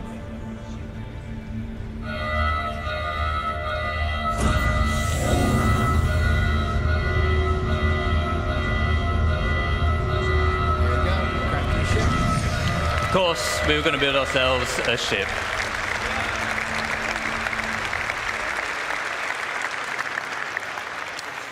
So, quick recaps of the gains from industrializing. We've tapped into the brand new resources, and we've made use of them by turning into the more valuable refined materials. We've introduced freight elevator networks, which are great for logistics and hauling. And then we've created our I just would've fabrication fallen hangar, into which the allows hangar. us to craft big valuable items such as ships. Now, ships are valuable because you can, of course, you can fly them, you can play content with them, but because they are a crafted item, they can also be sold to other players. That's excellent. Now we go into the BMM. So, with base building, you're going to be able to set up your own shops, and there's two main ways you can do this. The first is using a dedicated trading terminal. You can link these to your freight elevators, and in turn, any items within can be listed for sale at a price you deem reasonable. This includes resources, refined materials, and so on. Using the terminal, visiting players can browse what's on offer, purchase, and then collect from that same freight elevator. The second method is to set up a physical shop in the world. By using the decorator AR we saw earlier with Luke, you can maglock items and then list them for sale. Once again, browsing players, they can see the price of the maglocked item, purchase it, which then removes the maglock. Oh, that's so cool. I want my shop.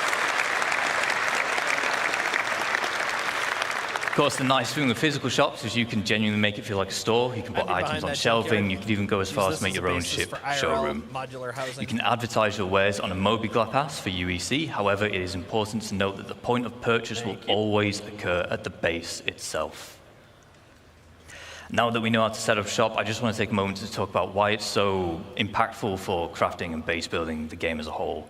Understandably, throughout this presentation, we've been telling you why you want to craft all these things or why you want to build this big base. But maybe you don't have the time to build a big base and maintain it. Maybe you want to spend your time doing the missions, you want to do your beacons, that's how you want to make your credits instead. Shops mean that you can benefit from the players who do want to spend the time making those bases or crafting those specialist items, and then you can purchase them from them, which is very important because crafted items using high quality materials will be the most powerful in the game. Hell yeah. On the flip side, if you do specialize, maybe you end up cornering the markets for a particular item or resource, and your shop will then turn into a hotspot of activity, making you loads of credits. Some of you will become infamous because of it. But bear in mind, a successful shop also depends on location. Do you want your customers on edge in Pyro, which tends to have the higher quality materials? Or do you want to spend time hauling them all the way over to safer systems where your customers can be more at peace?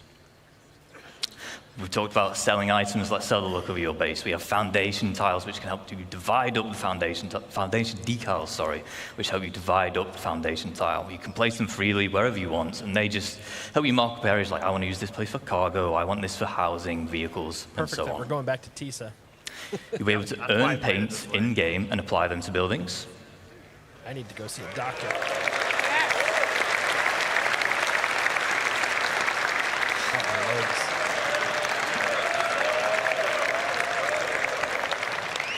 As well as add your own custom text, so if you're part of an org, the blue buildings that have your name are definitely yours.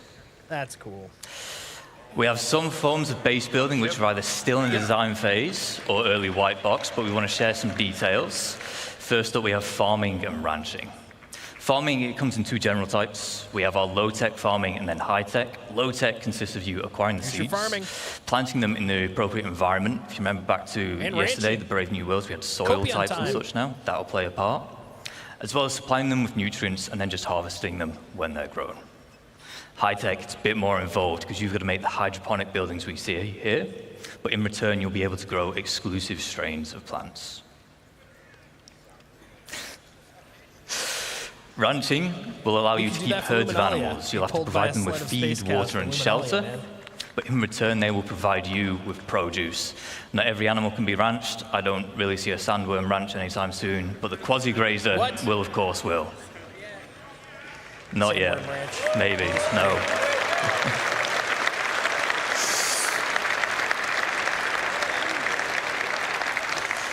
We have a few more additional archetypes. We have landing pads, garages, roads, fencing, as well as new variants of structures which we've seen today. For instance, the power generator, there'll be solar power, fusion, geothermal, as well as the XL structure class. If you remember, everything we've seen today, the biggest we've seen today, rather, is large. XL is larger than large. And then you have your defense.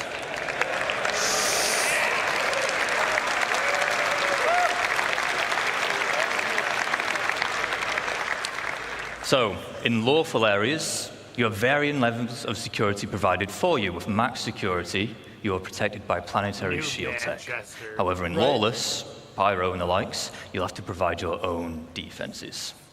These come in the form of perimeter walls, shielding, which prevents aerial bombardments, and then a range of automated turrets, such as PDC to shoot down missiles, anti-air, anti-vehicle, and anti-personnel. To round up, whilst we spent this entire time talking about how you can expand a single base, you can, of course, have multiple. These can be across a single planet, moons, across multiple systems. There are advantages and disadvantages of locations and base types. For example, in lawful areas, you'll need to buy your land for UEC, pay a tax to be able to build, and then you'll gain protection in return. In lawless, no cost, higher chance of better quality materials, but no security to fall back on. A small cabin in the woods can be great to set up in a single play session with short build times. However, the large base we just saw will take days, weeks, or even months, depending on how big you want to go. A small cabin in the woods can be great to set up in a single play session with short build times. However, the large base we just saw will take days, weeks, or even months, depending on how big you want to go. You might want to embark on this endeavor as a team or an org. You can set up a base as an org and own it as the org. For this, there will be permissions available, and you can assign roles and tasks. Ultimately, base building can be your main gameplay loop or a supplementary one, depending on what it is that you value. On that final note, I would like to say thank you on behalf of the crafting and base building teams. We've been very excited to share with you some of the work so far and the vision we have for these systems. I look forward to seeing. But before we go, crazy, we have one final video. Animal menagerie there, Junkyard.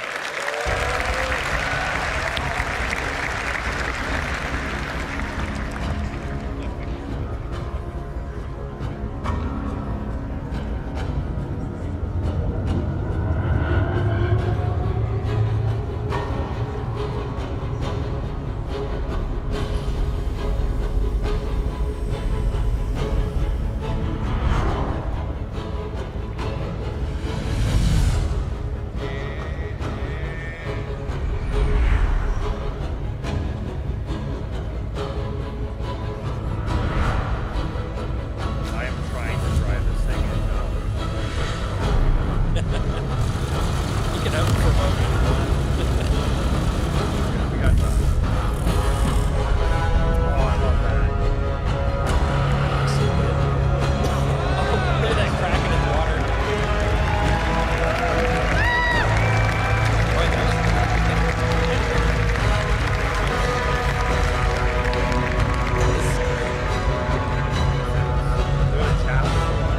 Yeah, javelin, that's what it was.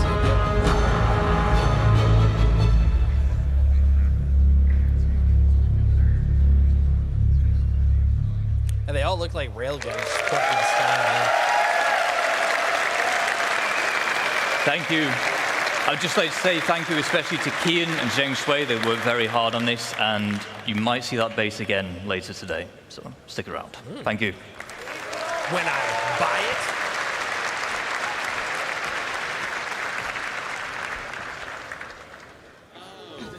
Hello, CitizenCon. I'm Kirsten, your core tech producer, and I'm here off the back of that amazing presentation with Thorsten. How are you feeling, Thorsten? Much better now. That was an incredible view to what players can expect next from crafting and base building. Do you want to tell us a bit more about the crafting system and what players can expect to come next? So I think we talked a lot about that already in the presentation, but Is that it's yours, a the one with really the dramatic Zeus in it? change, or an exciting change, I would say, to the game. Because we give the resources a meaning apart from just a monetary value. Now, even with the quality system that we now implement, there will be also a meaning to scout for like the perfect material. And of course, you need a bigger variety of the materials to be able to craft the items you need.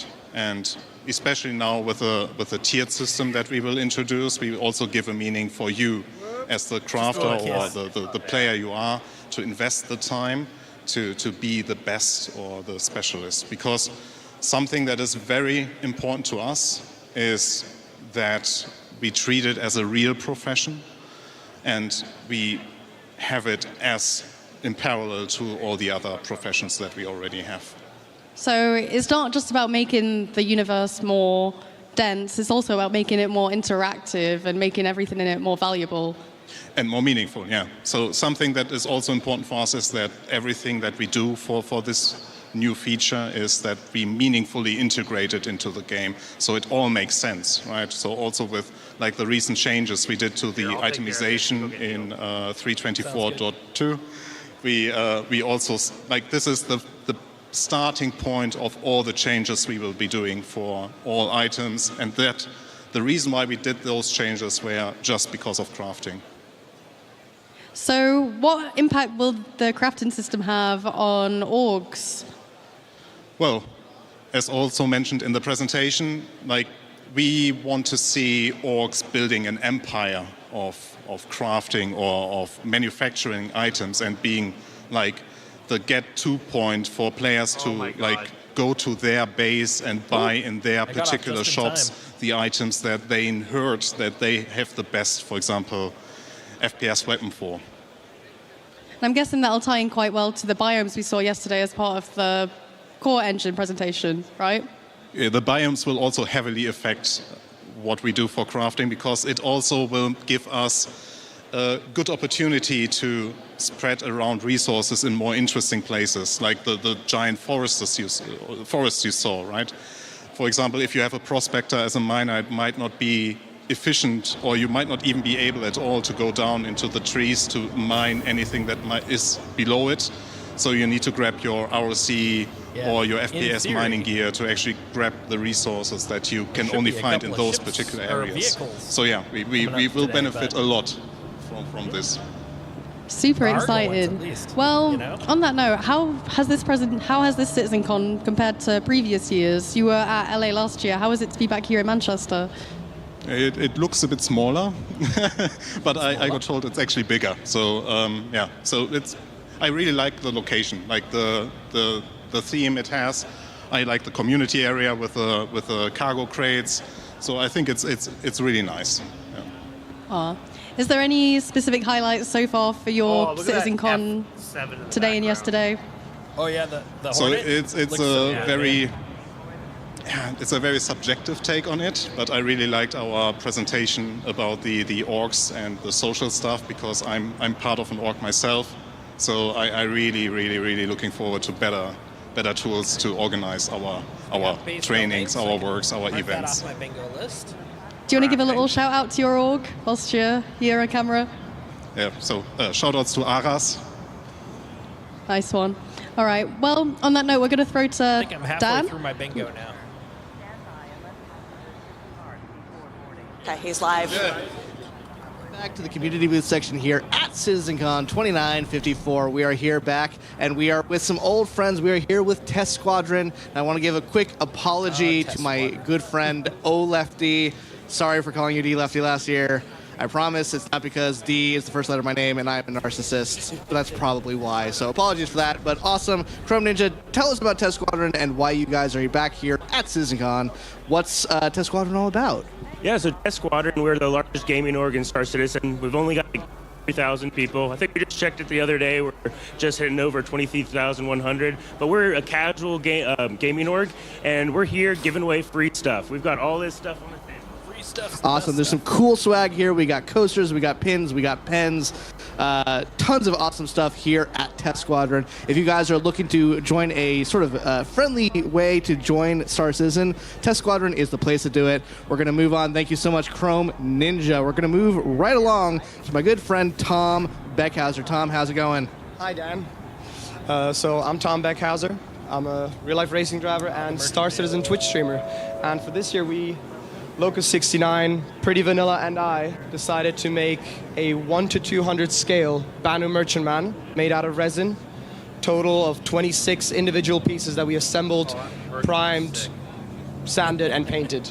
Tom, this thing looks amazing. I mean, in addition to being a badass race car driver, you're also a badass model maker. This guy, there's nothing he can't do. I see you're giving away some Banu Merchantman little minis. We also have the little, the BMM pins, and we have the Defender mini. Sorry, I got those mixed up. Handing out the Defender miniatures and pixel art content. Yes, you gave me one the other day. This is awesome. Tom, people can find you at twitch.tv/Tom Beckhauser. If you guys are interested in checking out more of Tom's awesome stuff, go check him out. Tom, thank you so much for being here. Look at that. To take a look one last time at the BMM before we move on. So freaking cool. Thank you, Tom, for coming over. We're going to shoot now over to Sam, who is here at Atlas. Sam, take it away. Oh, hi, guys. I'm here with ADI, and they have something really cool this year. Oh, I saw this in action. Welcome to the ADI ASOP Vehicle Retrieval System. Again, did I sound like me, or could you give us a quick intro to what you guys are doing here? Yeah, this is the Area 18 ASOP terminal and freight elevator terminal. We have, a fully interactive experience here, and we tied this in with our giveaways for this year. So we have Freight Manager as well, and this is where you can take what's this? A hacking card. We have Tiger's Claws that we've been giving out. You have to search for them. You put in, and you go through the hack experience. Unfortunately, ADI is an anti-piracy org, and this is a mongrel hacking chip, so we don't want it. Boo, I'll go take it back to Mongrel then. Come on, let's go take it back to those guys. Come on, guys. Crime never pays. Piracy's not a real thing. We only grief and kill for fun. Amazing. So, right, thank you. So, what are you guys showing off at your booth today? Well, we are showing off Mongrel Squad to begin with, but also our sister orgs, as you can see, where we have the auxiliaries, the pack rats, and the cartel, which run the prison, but also ourselves, the premier pirate org, entirety of Star Citizen. Thanks so much. Thank you. Yeah. Well, we're going to have to move right on to the next guys. Thank you for showing off your booth, and hopefully we'll get to some folks to visit you throughout the day today. So,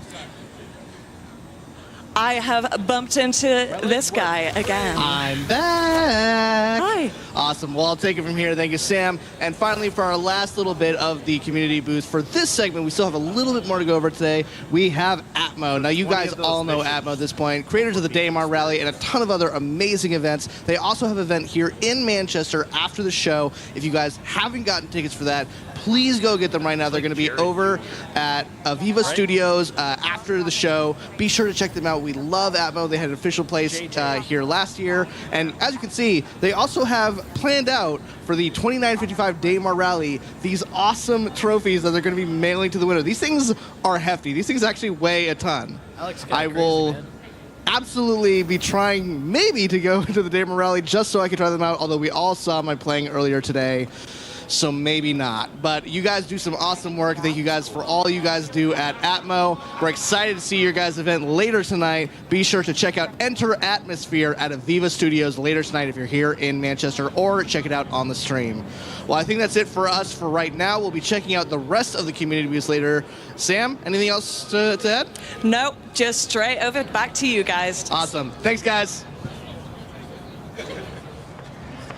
All right. Guys. Crafting and base building. Still hobbling from his hamstring. Fundamentally change all life in the persistent universe. Just a little bit, right? There's more of that coming later today, by the way. Before I get to my deep honor to introduce two of my favorite people, I do want to call out these lovely little note cards here. You've seen many of our presenters and our hosts carrying them here. I have not been carrying mine, and I probably should have. This one just says, "Don't run." This one says, "Thank Kat and Mandy, but also Tyler and Leah." Guys, can we get a round of applause for Tyler and Leah, please? Now, Tyler, you probably know, is our Director of Community. Tyler is what we call internally as a product owner. He is the product owner for CitizenCon. So everything that you see here at this event this year is touched in one way, shape, or form by Tyler Wicken. So please give a round of applause for Tyler Wicken.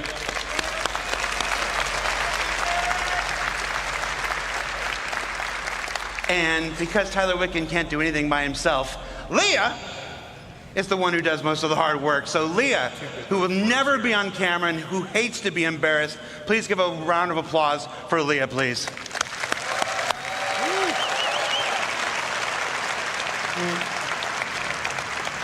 This one just says, "Learn to stretch." This one says, "Don't let the intrusive thoughts out." I almost lost it with that rabbit weasel thing yesterday. This one says, "Hi, Dad." Hi, Dad. And this one says, "Don't run," crossed out, "Don't roll on the stage, dummy." All right. So that's enough for me. Guys, our next presentation is our annual ships presentation, this year titled Captains of Industry, being presented to you by two people who almost certainly need no introduction, but I'm going to do it anyway. Ben Curtis was born in Manchester. No, I'm just, Vehicle Art Director Ben Curtis, and gosh. Oh, I was going to do something really embarrassing. All right. John Crew, you're saved. Come on out, John Crew.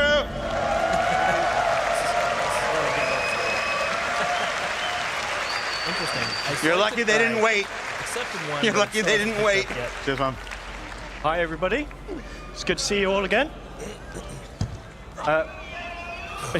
Love you too. Excited to be here. In case you don't know me and you weren't listening to Jared there, which I do quite a lot, my name's John Crew. I'm the vehicle director. My name's Ben Curtis. I'm the vehicle art director.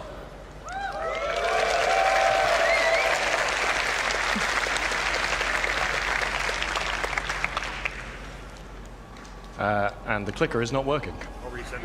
Oh. So if you've got technical difficulties... You have to do a dance, John. You got that one? There we go. There we go. Good. Right. So, today we're going to be talking about the vehicles to build your universe. And for those of you that watched the previous presentation, which is awesome about base building and crafting, you should be familiar with the construction grav cart. And you've seen how this works. You might be wondering, well, if I've got this, why do I need some vehicles to do things? Right. I know there's going to be some of you that will be perfectly prepared to go push this thing hundreds of kilometers out of the garages at New Babbage.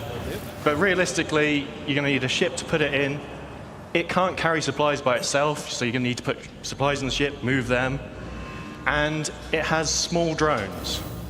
And that's the key aspect there. It has 2 small drones on board. And drones will have sizes. Okay, so yeah, basically everything you're going to be building in Star Citizen has its size class. A lot of you are familiar with how we class our ships and a lot of other things in our game.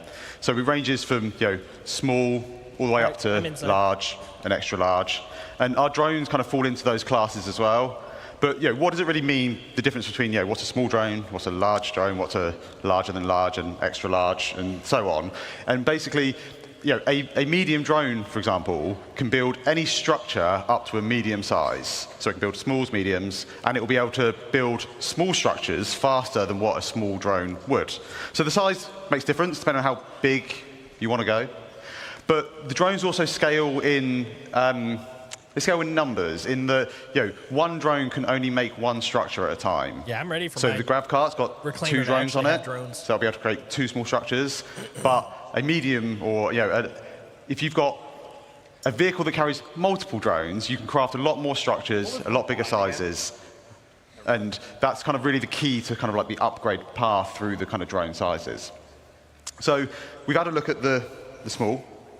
So what's next? What do you want to build? A medium. So I know some of you have already seen it, but this is the CSV from Argo. So launching today is the very first ground vehicle from Argo, the Construction Support Vehicle, CSV.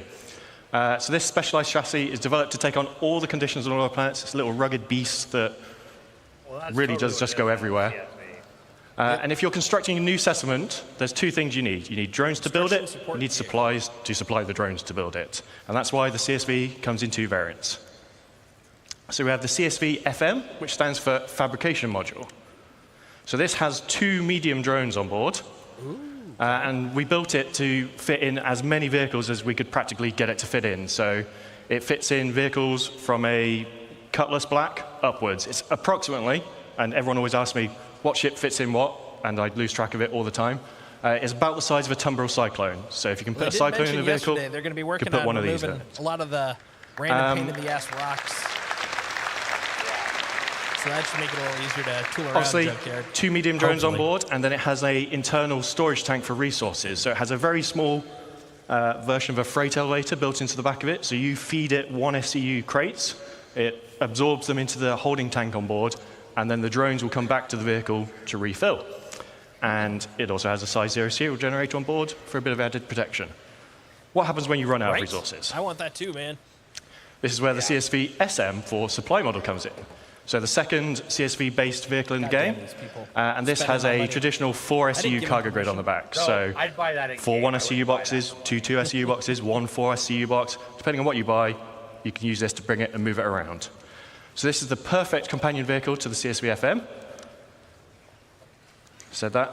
Shield generator as well. Moves about 28 meters a second. I cannot, my brain is fried. I can't remember what that is in miles per hour or kilometers per hour. And it is available right now to drive in SC Alpha 324.2, available at playerc.csv.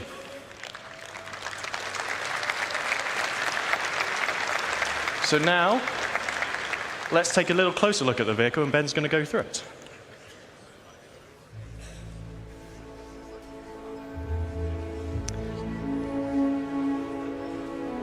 Okay, so what we're seeing here is the in-game version of the CSV. Yep. It's complete with its 4 SCU of cargo up on the rear. It was leaked about a week ago. And I think the CSV kind of really builds on what Argo is known for as a manufacturer. It's got those kind of like really kind of hard industrial looks, and I think it helps it kind of feel at home on any build site. All of its components are easily accessible. And I think the exterior is like real dominating factor. It's those kind of large all-terrain wheels, and then that's kind of backed up by just simple, smooth, sleek lines. We've got the front-loaded cab that puts all the controls kind of right in the kind of where the player needs them. And I think that's one of the keys to the ship as a whole, or the vehicle as a whole, sorry, is it's simple, it's purposeful, it's functional, and I think that just kind of just helps it to kind of feel part of that Argo family.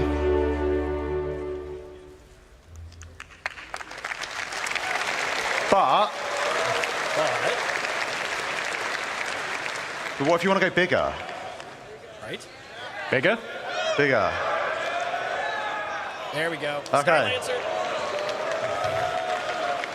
So, introducing the Starlancer family. The base builder. Yeah, the Starlancer is basically a whole new family of vehicles. Or fabricator. From MISC, and these are covering a range of different roles. Fat Lancer. Today, we're going to be talking about the first three, which are the build, which kind of makes sense, and that basically is for all your large structural construction needs. Another cargo ship. We have the TAC, which is going to be for people that want a little bit more I need that like I need air. defensive or offensive excursions in our universe. Actually, it depends on how much SC. And then we have the MAX, which is a dedicated hauler, but it can still pack a bit of a punch. So we're going to take a bit of a closer look at all of them today. We're going to start off with the build. One of them's going to be out today, probably the BLD. So this is the Starlancer build from the outside. The key thing to take away here is you'll see it has the drone bays on each side, and then it has the drone resupply arms for allowing the drones to come back and resupply. Inside that room, you have the drone control center. So you have a single station inside, and this is where you control all your drones from, much like Luke showed you in the previous presentation. So there are 2 large drones held on each side of the room, so 4 large drones in total. And then there are 2 filler stations right at the front here, and these each hold 16 SCU of capacity, which can then go and load the internal resource tank to feed the drones. Drones that will then be deployed out of their little secret garages, and they go off and do what you've asked them to do. When they need to resupply, they will come back, sit on these arms, suck up their resources that they need, carry on their day. As one does. That's the really important thing here, is that all these base building vehicles have enough storage on board to supply your drones. Obviously, if you're going to build a million things on your base, you're going to run out. But we want you to be able to have these vehicles and have knowledge that you're not going to be doing endless cargo runs initially to build your foundation, your base. You'll be able to build your base and have storage on that eventually, but these all get you going in the short term. So let's have a quick go over the stats. It holds 4 large construction drones. It's 83 meters long, 52 meters wide, 15 tall. Saw lots of rumors and chatters that people thought this was Freelancer size. It is not. It is significantly larger than the Constellation and Corsair. It's almost 600i in size, so it is a big ship. Nice. 2 S4 guns for the pilots, 16 missiles, remote turrets, and then 128 SU of cargo capacity in the build specifically. Yeah, that's the BLD, yeah. But what if you don't want to build stuff? What if, like me, you just want to burn stuff and destroy stuff? So introducing the Starlancer attack. So like I say, this is designed to be a bit more aggression into the verse. So I think the first thing you're going to notice is the kind of the dual manned size 5 turrets. Now these give much better kind of broadside coverage from any of the other variants. And then on top, we also have like a dedicated hangar that That's has awesome. been specifically designed to fit a Mirai Fury inside. And I'm sure we will see plenty of other ships try to be fitted inside. But yeah, we'll see. And I think John's going to run you through the interior now. So yeah, let's have a look over the tack from outside to in. So this is the tack in its default paint, so sort of military YouTube drab grey. It's okay. Then internally, obviously Ben talked look at about that the size 5 turrets. Then we have some drop seats behind, and these are on a deployable ramp, so you can do some ground assault. They will drop out, down. If you're doing a bit of ground assault, chances are someone's probably going to get injured, so there is an onboard medical facility directly behind there with 2 Tier 3 medical beds. That's a beautiful ship. That's nice. Upstairs, obviously, there's the Fury hangar. Behind that is engineering. And then forward of the hangar is the refactored habitation and mess hall area, which is specific to the TAC, just because there's so much other stuff crammed in there. We had to redo the upstairs of it, basically, to fit that in. And we'll go over the more normal layout shortly. Okay, so yeah, to sum up, I think the TAC's obviously going to bring a lot more firepower from the other variants. Its shield's been boosted up to two size 3 shield generators. It's got the med bay with the Tier 3 med beds, drop seats, it's got the hangar, and it's still able to carry up to 96 SCU of cargo. And you can secure yours today by going to play.se/StarLance attack. Oh, you bastards. You frickin' bastards. Not for sale, it's just for sale. Yeah, I'm checking. Oh, pre-order. Oh, that's the max. That's the max.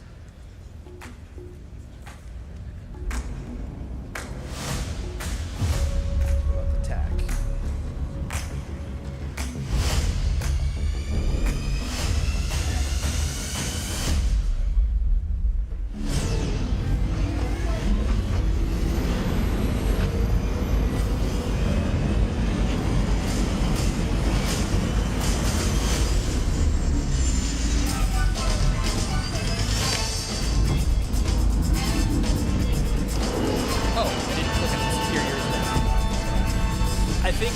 I think it's available, but they haven't flipped the switch yet. If you click Secure Yours Now, it goes to a spot that doesn't have any security yet. There's also a CitizenCon page too.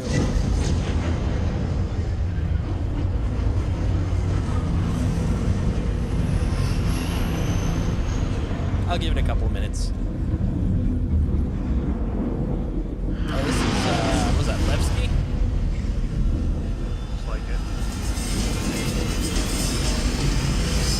You can see they're really putting wings on a lot of stuff now for ground flight.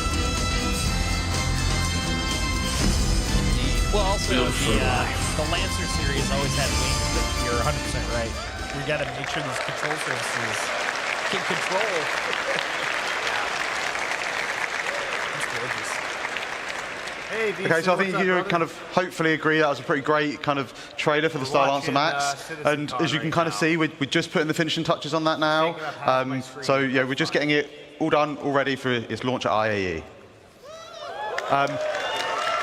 We will take a little bit of a closer look at it now.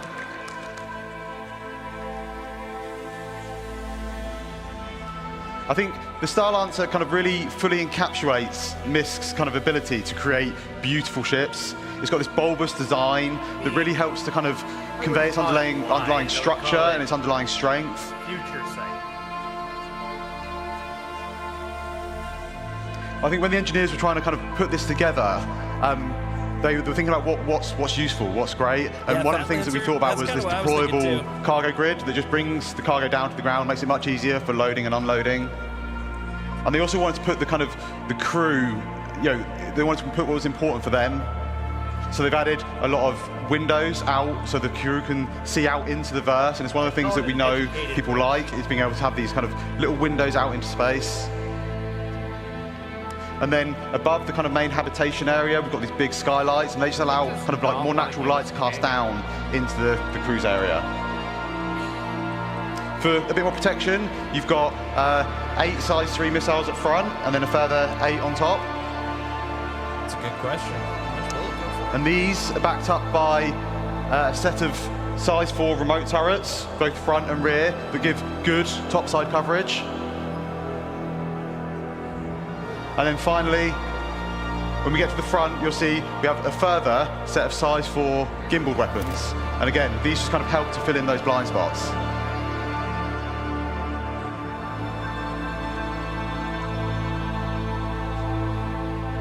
I think as a whole, I think the engineers or MISC have done an exceptional job in creating a vehicle that kind of fully encapsulates the functionality needed, while still ensuring that the crew's kind of well-being and livelihood is protected.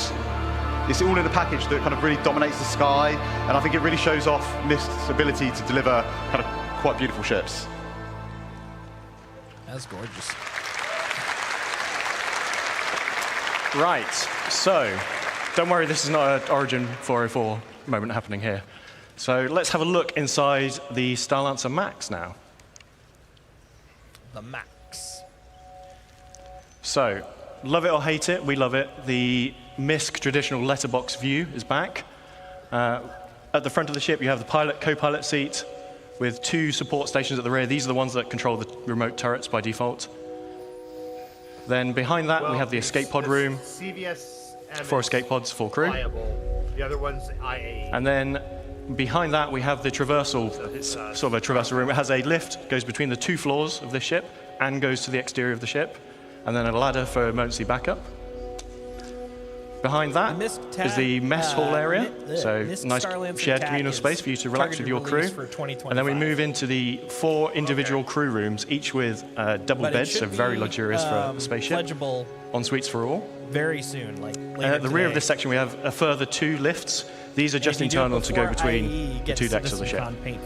Then at the rear, we have the main engineering. So there are some components dotted around throughout the rest of the ship, but the bulk of your components and the engineering terminal are here at the rear of the ship. So that's upstairs. They know better. Let's go downstairs a little bit. Yeah. It's a kind of but it's going to be for base We have building. the main vehicle entrance and cargo entrance. For the rear section, this can be used as a garage, but it is also a cargo hold. Can fit vehicles up to a Ursa rover in size in here. And then on the Max, we have, as you saw in the trailer, the 2, it's sort of 1 cargo lift that drops down, but it retains a walkway throughout the center of the ship. So regardless of whether your cargo is up, down, being loaded, you still have traversal front to back of the ship. Gotcha. Nope, we're picking up here. Then we have the downstairs of the traversal room, which also features the airlock onto the ship. Calm down. And then lastly, we have the armory at the front of the ship. So if you're coming on board, leaving via EVA, leaving via that front entrance to the ground, you can stop off here, suit up, get your weapons, do the reverse coming back. And that is the Starlancer Max. Yeah, I like the Max. I like the tack a little bit more, but the Max is pretty nice. So we'll quickly recap the stats. 224 SU of cargo, 128 on that ventral drop platform, 96 in the rear cargo area. It has 6 extra VTOL thrusters for all that extra mass that it's hauling. And it is available to pre-order now and will be flyable this IE at play.se Starlancer Max. And if you pre-order now before IE, you will get this exclusive sapphire paint, which is in the CitizenCon colors and looks super cool in my opinion. So, CitizenCon concierge, the TAC is $295. We have talked small drones, medium drones, large drones. What about bigger things? 330 with a 10-year. Yep, here we go. So, There's Pioneer. Who can guess what that is? Well, the useless vehicle is technically not necessarily useless. I talked to you all quite some time ago about this in Germany, and this is obviously the original concept for the Pioneer. Now, some time has passed, and whilst the core concepts of base building have remained the same at a high level, how you physically build your bases has changed slightly. So back then, you were building everything on board the ship here. You would fly your Pioneer. This is the area I want to build in. I'm going to build my base on board the ship, and I'm going to drop it down. As you've seen, bases are a lot more expansive now. This doesn't work anymore. So we need to do a little bit of some reconcepting. Okay, so one of the first things we really wanted to kind of solve was the arm.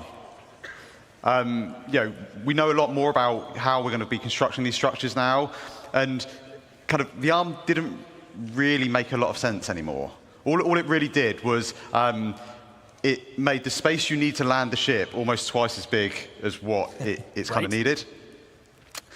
And we're not real spaceship engineers. We don't make real spaceships. But what we do try and do a lot of the time is we try and take as much reference from kind of real life manufacturing as we possibly can. And I think that's really it's really key to what I think Star Citizen is as a whole across like all the different departments. In that we're trying to make a believable universe. And if you think about the arm, and whilst I can't deny it's a cool idea. I think really from a manufacturing point of view, all it really does is it adds a lot of complication and a lot of manufacturing costs onto what is already a very advanced, very large, very costly ship to make. So that was kind of like one of the kind of real first things we wanted to do. The second thing we wanted to look at was kind of have a little bit of a shift around of kind of like the egress points on the ship. The cargo position has moved, so we needed to kind of update that. We wanted to make sure that the landing pad made sense and had space to kind of come into the ship. And then we also needed a way of getting things out of the ship that we will be crafting. On top of that, we had a few other goals. Like I say, it needs to support all the updated kind of building mechanics. It's all purpose now. It needs to support all our current metrics, and I don't mean just character metrics. Wow. I mean all metrics, because we're going to be creating a lot of things inside this ship. We wanted it to kind of become a true self-sustained mobile base. We wanted it to kind of be kind of like the cornerstone of your crafting and construction ventures. And to do that, we needed to add a few extra kind of onboard facilities. So a med bay, like I say, the crafting area, the ability to refine or extract and refine materials. So let's have a quick look over the updated interior of the Pioneer. So at the back of the ship, we have the classic bridge, looks out over the expanse of the ship. And then top and bottom of that in this image, we have the escape pod rooms. And then leading off those is the access to the manned turrets that remain. Somewhat? Then going downstairs, we have the cargo area at the top. Do you drink it all? Doesn't look like a lot. That's 1,000 SEU of cargo now in that space. Nice. Next to that is the fabrication control room. This is where you'll be controlling fabricating larger vehicles and ships, as well as smaller fabrication machines next door for. You don't want to use this to build a small FPS weapon. It's a bit overkill, so we have that on board as well. In the center of the ship, we have a small fabrication hangar with roof and ramp egress. So if you're building a small ship on board, so things like a Nomad, you can build on board here. You'll be able to fly out the roof of the fabrication hangar. And then we have the existing small landing pad that transitions from outside the ship to inside the ship. So cargo you can load via new entrance that Ben's going to talk about in a second, but you can still retain the ability to land a ship on top of this ship, move it inside your ship, all those things. Engineering at the rear, this is now capital components all the way around. It was a weird mix of size 3s before. It's now just all capital everything. Then we have the habitation, mess hall, medical area between the hangar and engineering. And then at the front, we have 4 extra large drones in the drone room. But we don't just have some pictures like this to show you. Ben's going to go through this in a bit more detail now. Okay, yeah, so we're going to have a little look at kind of like the concept and where it's at on the interior. We start out on the interior bridge. It's very spacious, or command deck bridge, whatever you want to call it. It gives kind of really nice views out over the front of the ship. And right up front, you've got all the consoles required that you need to kind of control the ship. Which I kind of as well as expected, the but kind I'm of glad to additional see it. remote turret access consoles. And then at the Should I have rear, 2 contracts we or have the one? main kind of navigation components and some small engineering consoles. And kind of flanking either side, we've got these 2 corridors, and they lead out to the man turrets that kind of sit above the bridge. Which one do you have? And they also have all the escape pods needed I think so. for all the bridge crew. I've got Lively Pathway Station. Like I picking up for say, we want this to kind of be a home away from home, Tressler, so we have a Regini. very large, comfortable habitation area. Each of the crew members, they get their own individual crew pod. And one of the nice things about this is these actually open up and they allow kind of each crew member to kind of decide like how much privacy they actually want. That's so cool. This is the crafting area. We've got the 4 kind of crafting machines. And these are right next to the cargo bay, the internal cargo bay. And as John says, this holds up to 1,000 SEU of cargo, so it's pretty sizable. To make it a little bit easier, it's got its own dedicated cargo lift at the back. That again, just simplifies that kind of getting cargo in and out of the vehicle.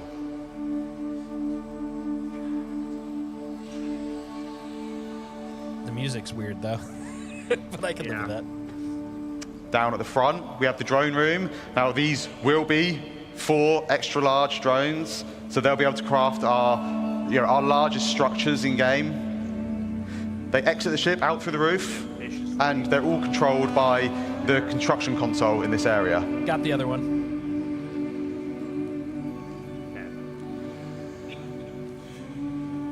And finally, we're just going to take a quick look at the crafting area on the ship. So you can see here we've got these blast shields down that kind of protect the crew in this area from what's going on inside.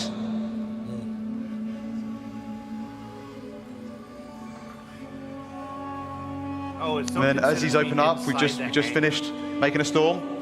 Oh, and weird. as we see, there's a ramp that leads out, so you can drive any ground vehicles straight out the front. Between all the landing gear, and you get this really nice kind of like sense of scale as you're driving underneath out the front of the ship. And we've also got the top exit for any flight vehicles. And then finally, we have the landing pad, and this just allows us for any ships that land up on deck, we can just bring them down into the belly of the ship. No, they got a crew that's actually starting to work on it. So, that's the Pioneer. It's had quite the glow up over the years. Holds 4 extra large drones. And if you're interested in finding out what extra large drones can build, I highly recommend sticking around for the next presentation. Nice. It's about 20% bigger. I know the jokes, we always make ships bigger, but to fit all that in, it needed it. It can craft small ships and vehicles. And one thing we didn't show in that video is the landing gear actually have integrated ground resource extractors in. So when you find your plot, you land your ship and you can start extracting the resources from it.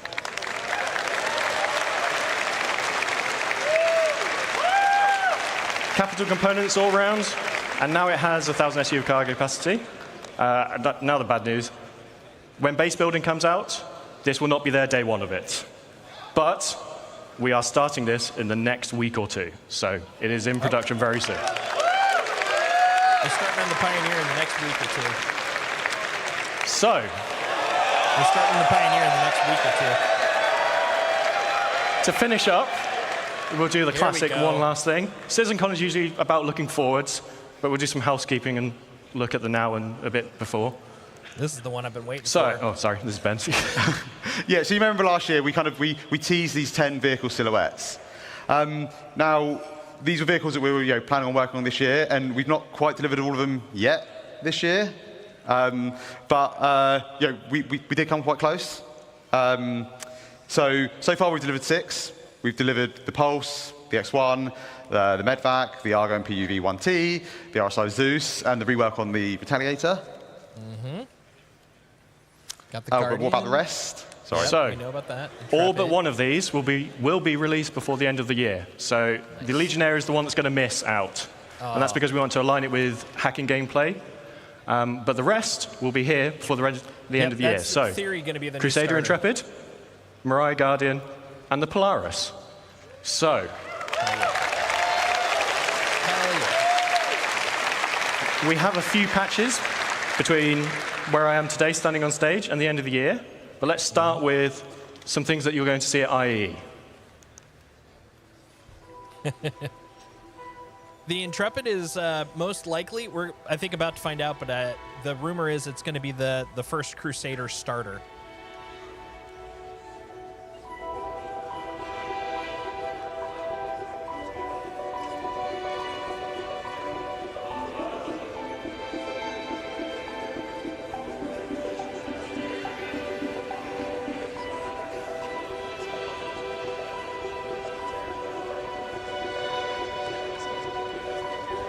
this is, I think, the Intrepid.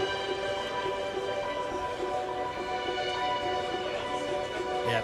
Also in Crusader engines. That was what tipped it off for me.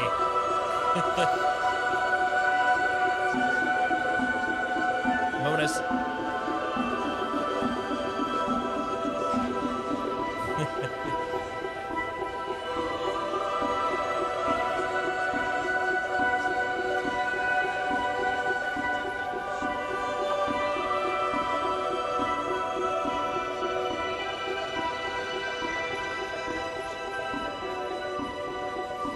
Yep, me too.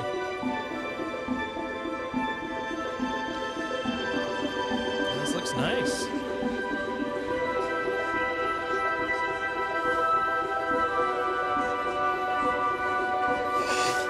Right? Solo Sea Crusader is definitely a novel concept. I guess if it is a starter. Yeah, that's true. Here's Oh, baby! Oh, look at those two big guns. Inside that bridge. Oh. Jim down. It's done. It's fucking done, man. Right? It's done. Oh. 2020 was when I purchased my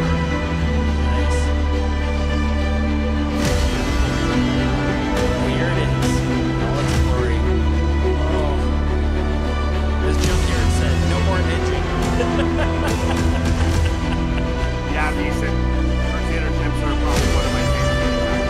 Probably one of my favorite manufacturers. But you know it is. That bird is fine. Look at how big this is. I cannot. Oh. We are going to have a lot of fun with these.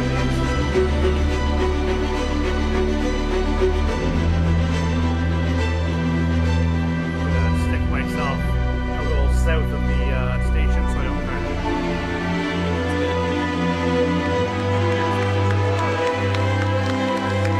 Our little episode coming in. That cargo engine is fucking.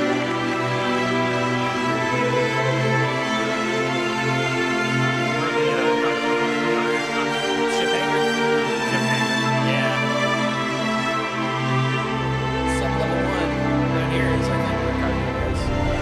Yeah. Oh, God, look at that engine.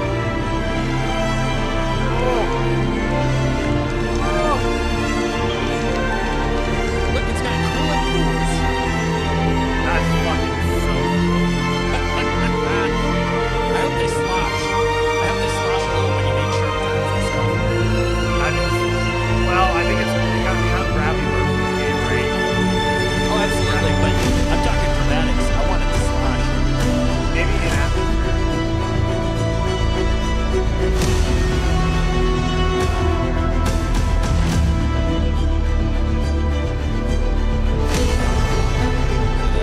I may have to take you up on that bleach there, Junkyard.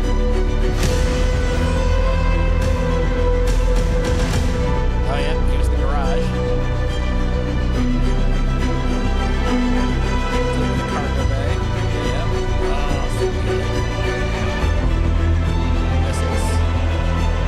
Total search button. Yeah.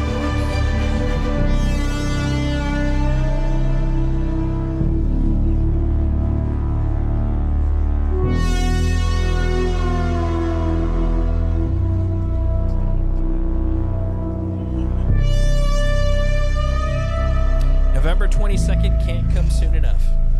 No. Oh God, look at the missiles in the front. Look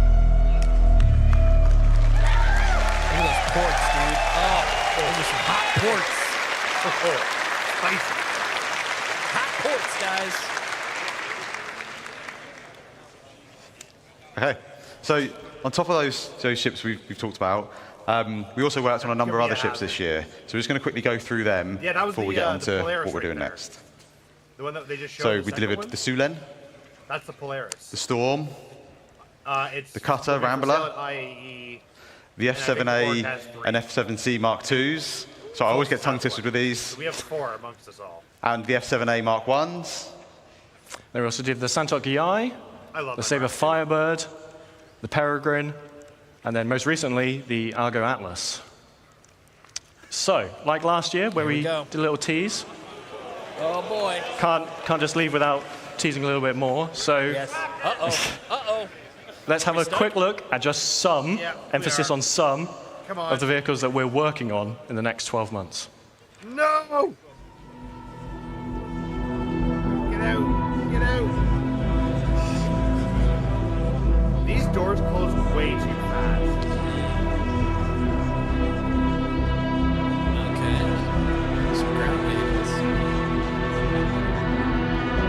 Oh, what? It's got to be Hornet Dragons. I'm like trying to look at this drive at the same time. This is working very well. I like that. Whatever that is. Mirai? Okay, good. Looks like Mirai. Oh, that's a misc of some sort. That looks RSI. What the hell is that thing? It's like the Corsair's younger cousin. Yeah, I saw the minor tip. That's what got me to it. Yeah, it's a chunky boy. Is that Perseus? That's Pioneer.